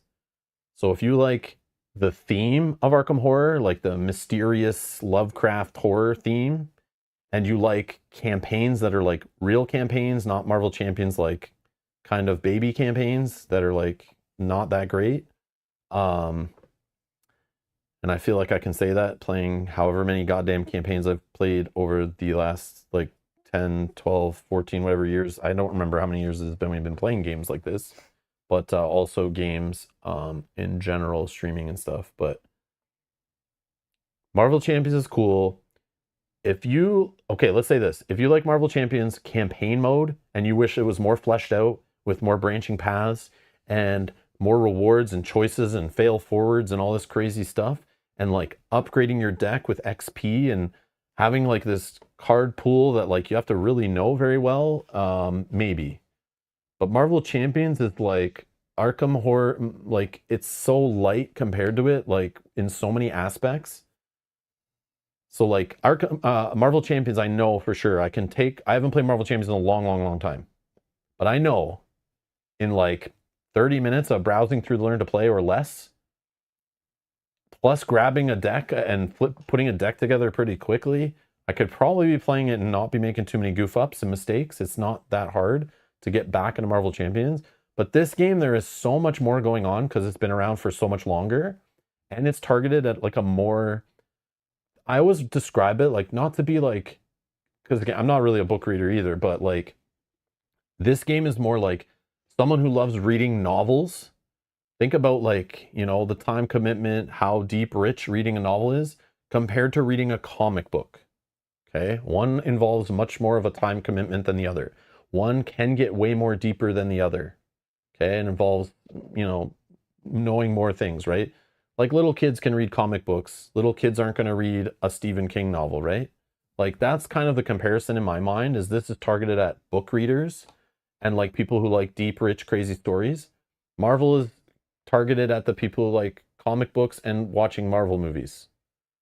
Those are two, like, they can be the same audience, but they're usually two different types of mind uses. I'm not explaining it very well, I know. No, I think that's a great explanation. But that's kind of the quickest and dirtiest way I put it. So if you want something deeper that's going to involve more time, but if you're already like, man, Marvel Champions takes up all my time and I barely have any other hobby time to spend on another lifestyle game, This lifestyle game could require much, much more commitment to stay involved with it, know the cards, know the decks. Deck building is more in depth.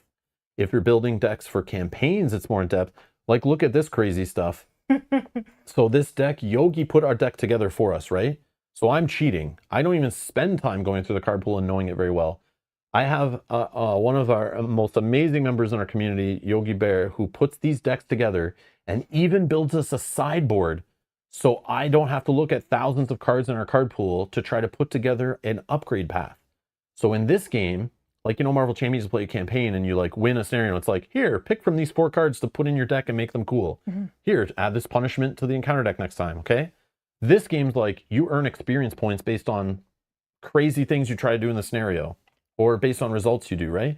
Then you can hold experience points or spend them towards, and I know they did some of that in some of the Champions campaigns where you could spend XP. I think they started doing some of that. Yeah, the later ones, I think they did. But this is like on a crazier level.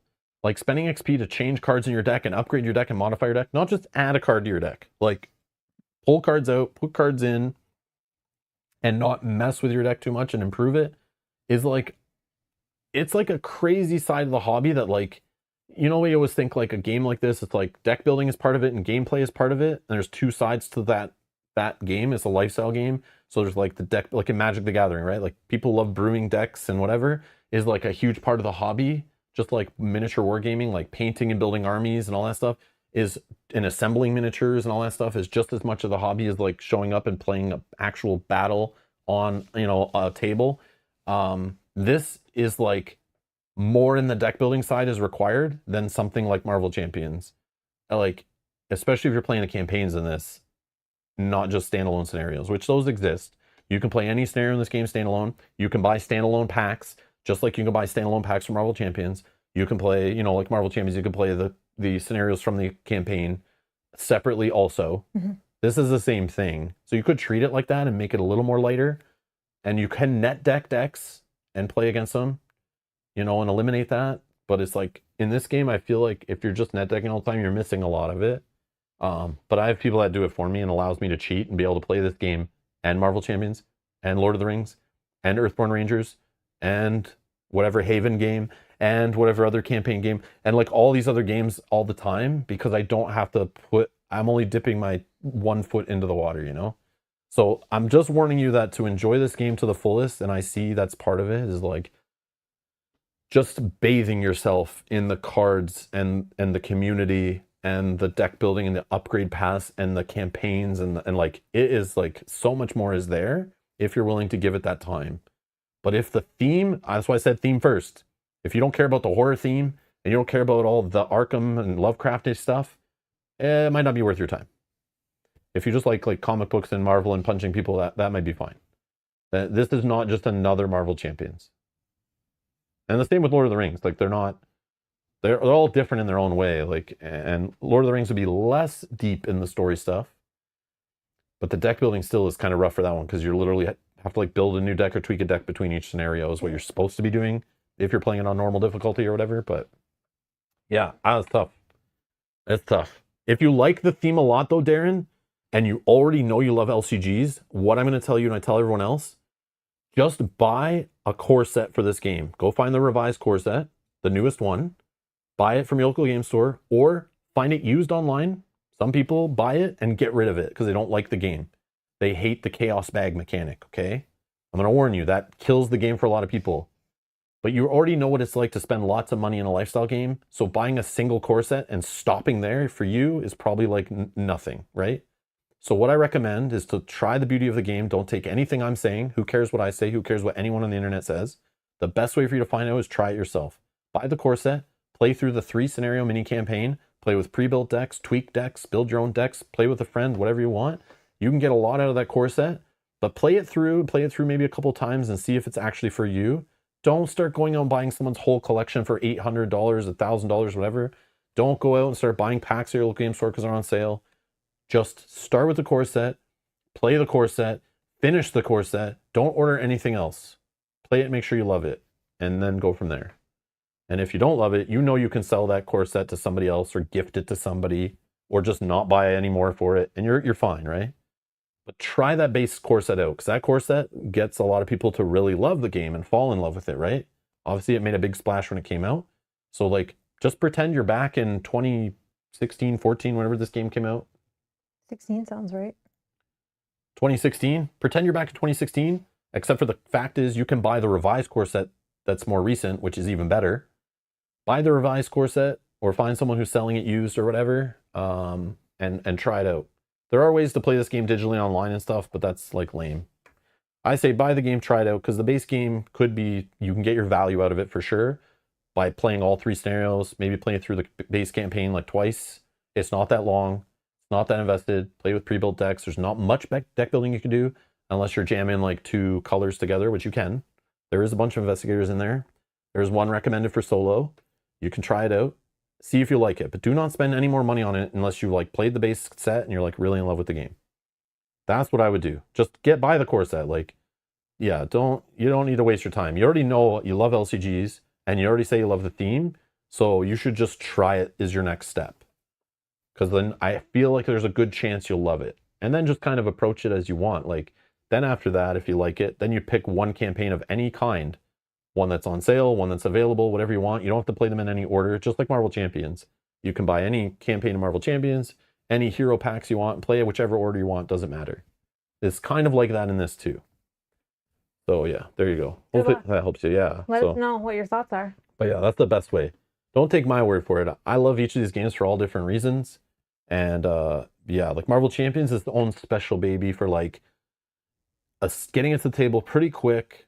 The scenarios are pretty cool. Like it's not as in depth. Like, but if we're going to set up a play session, even a standalone session of Arkham Horror playing one of those campaign packs, I feel like there's way more pre-work involved to get it to the table, to get into it, invested in it, than there would be if I was to do the same thing in Marvel Champions.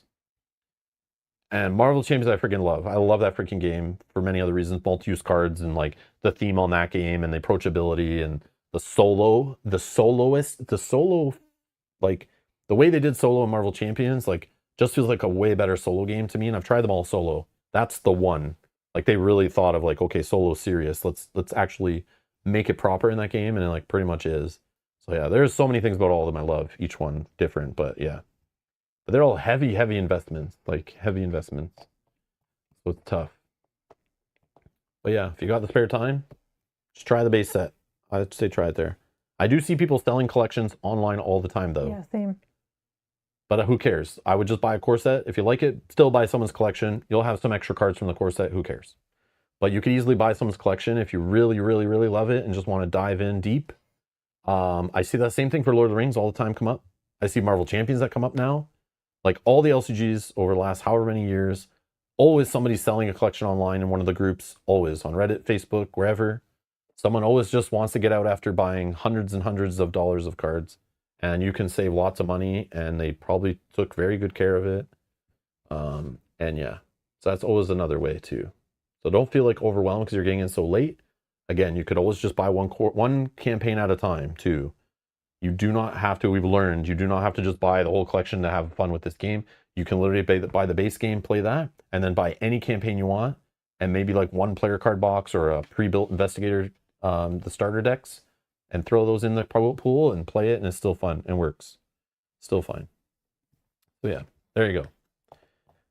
That's my rule. Darren, hope you try it out, and I hope you like it. But if you don't, hey, you're only out a core set.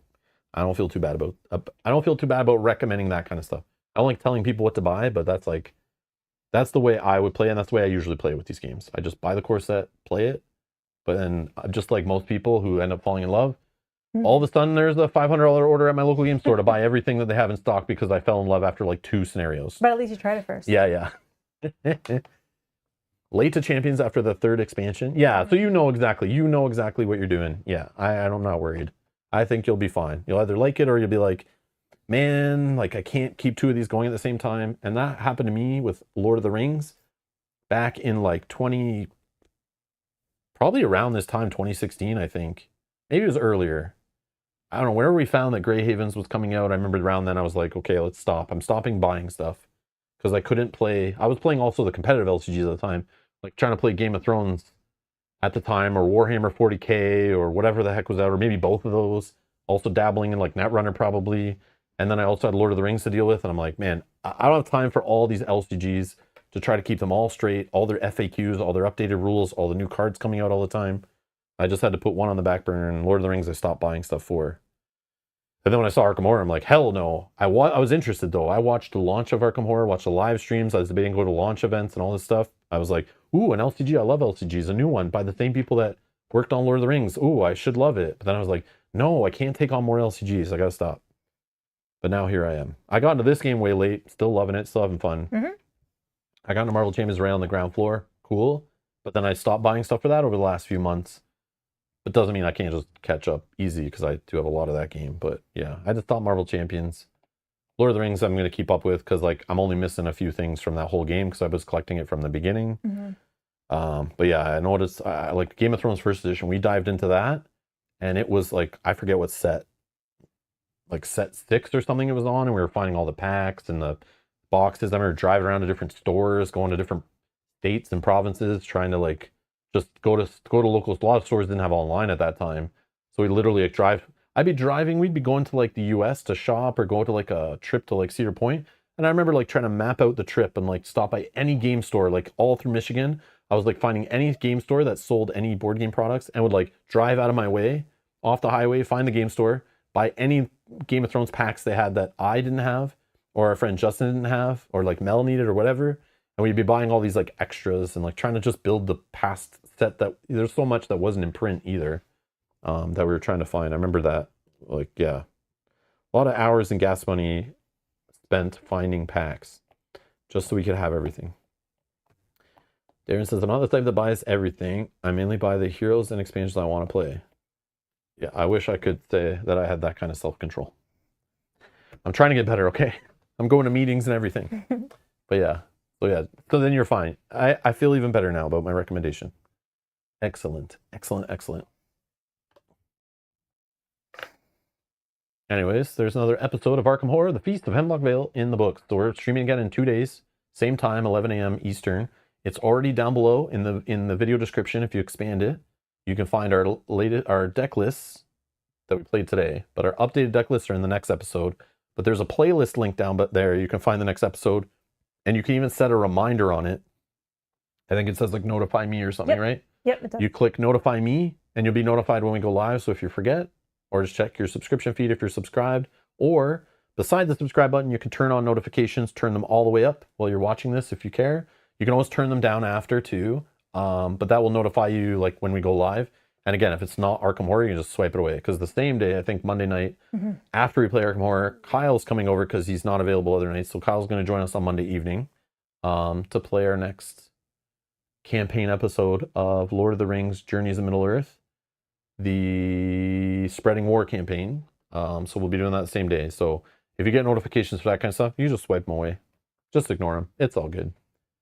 You just picked up Iceman. Yeah, it just came out like yesterday or the day before, right?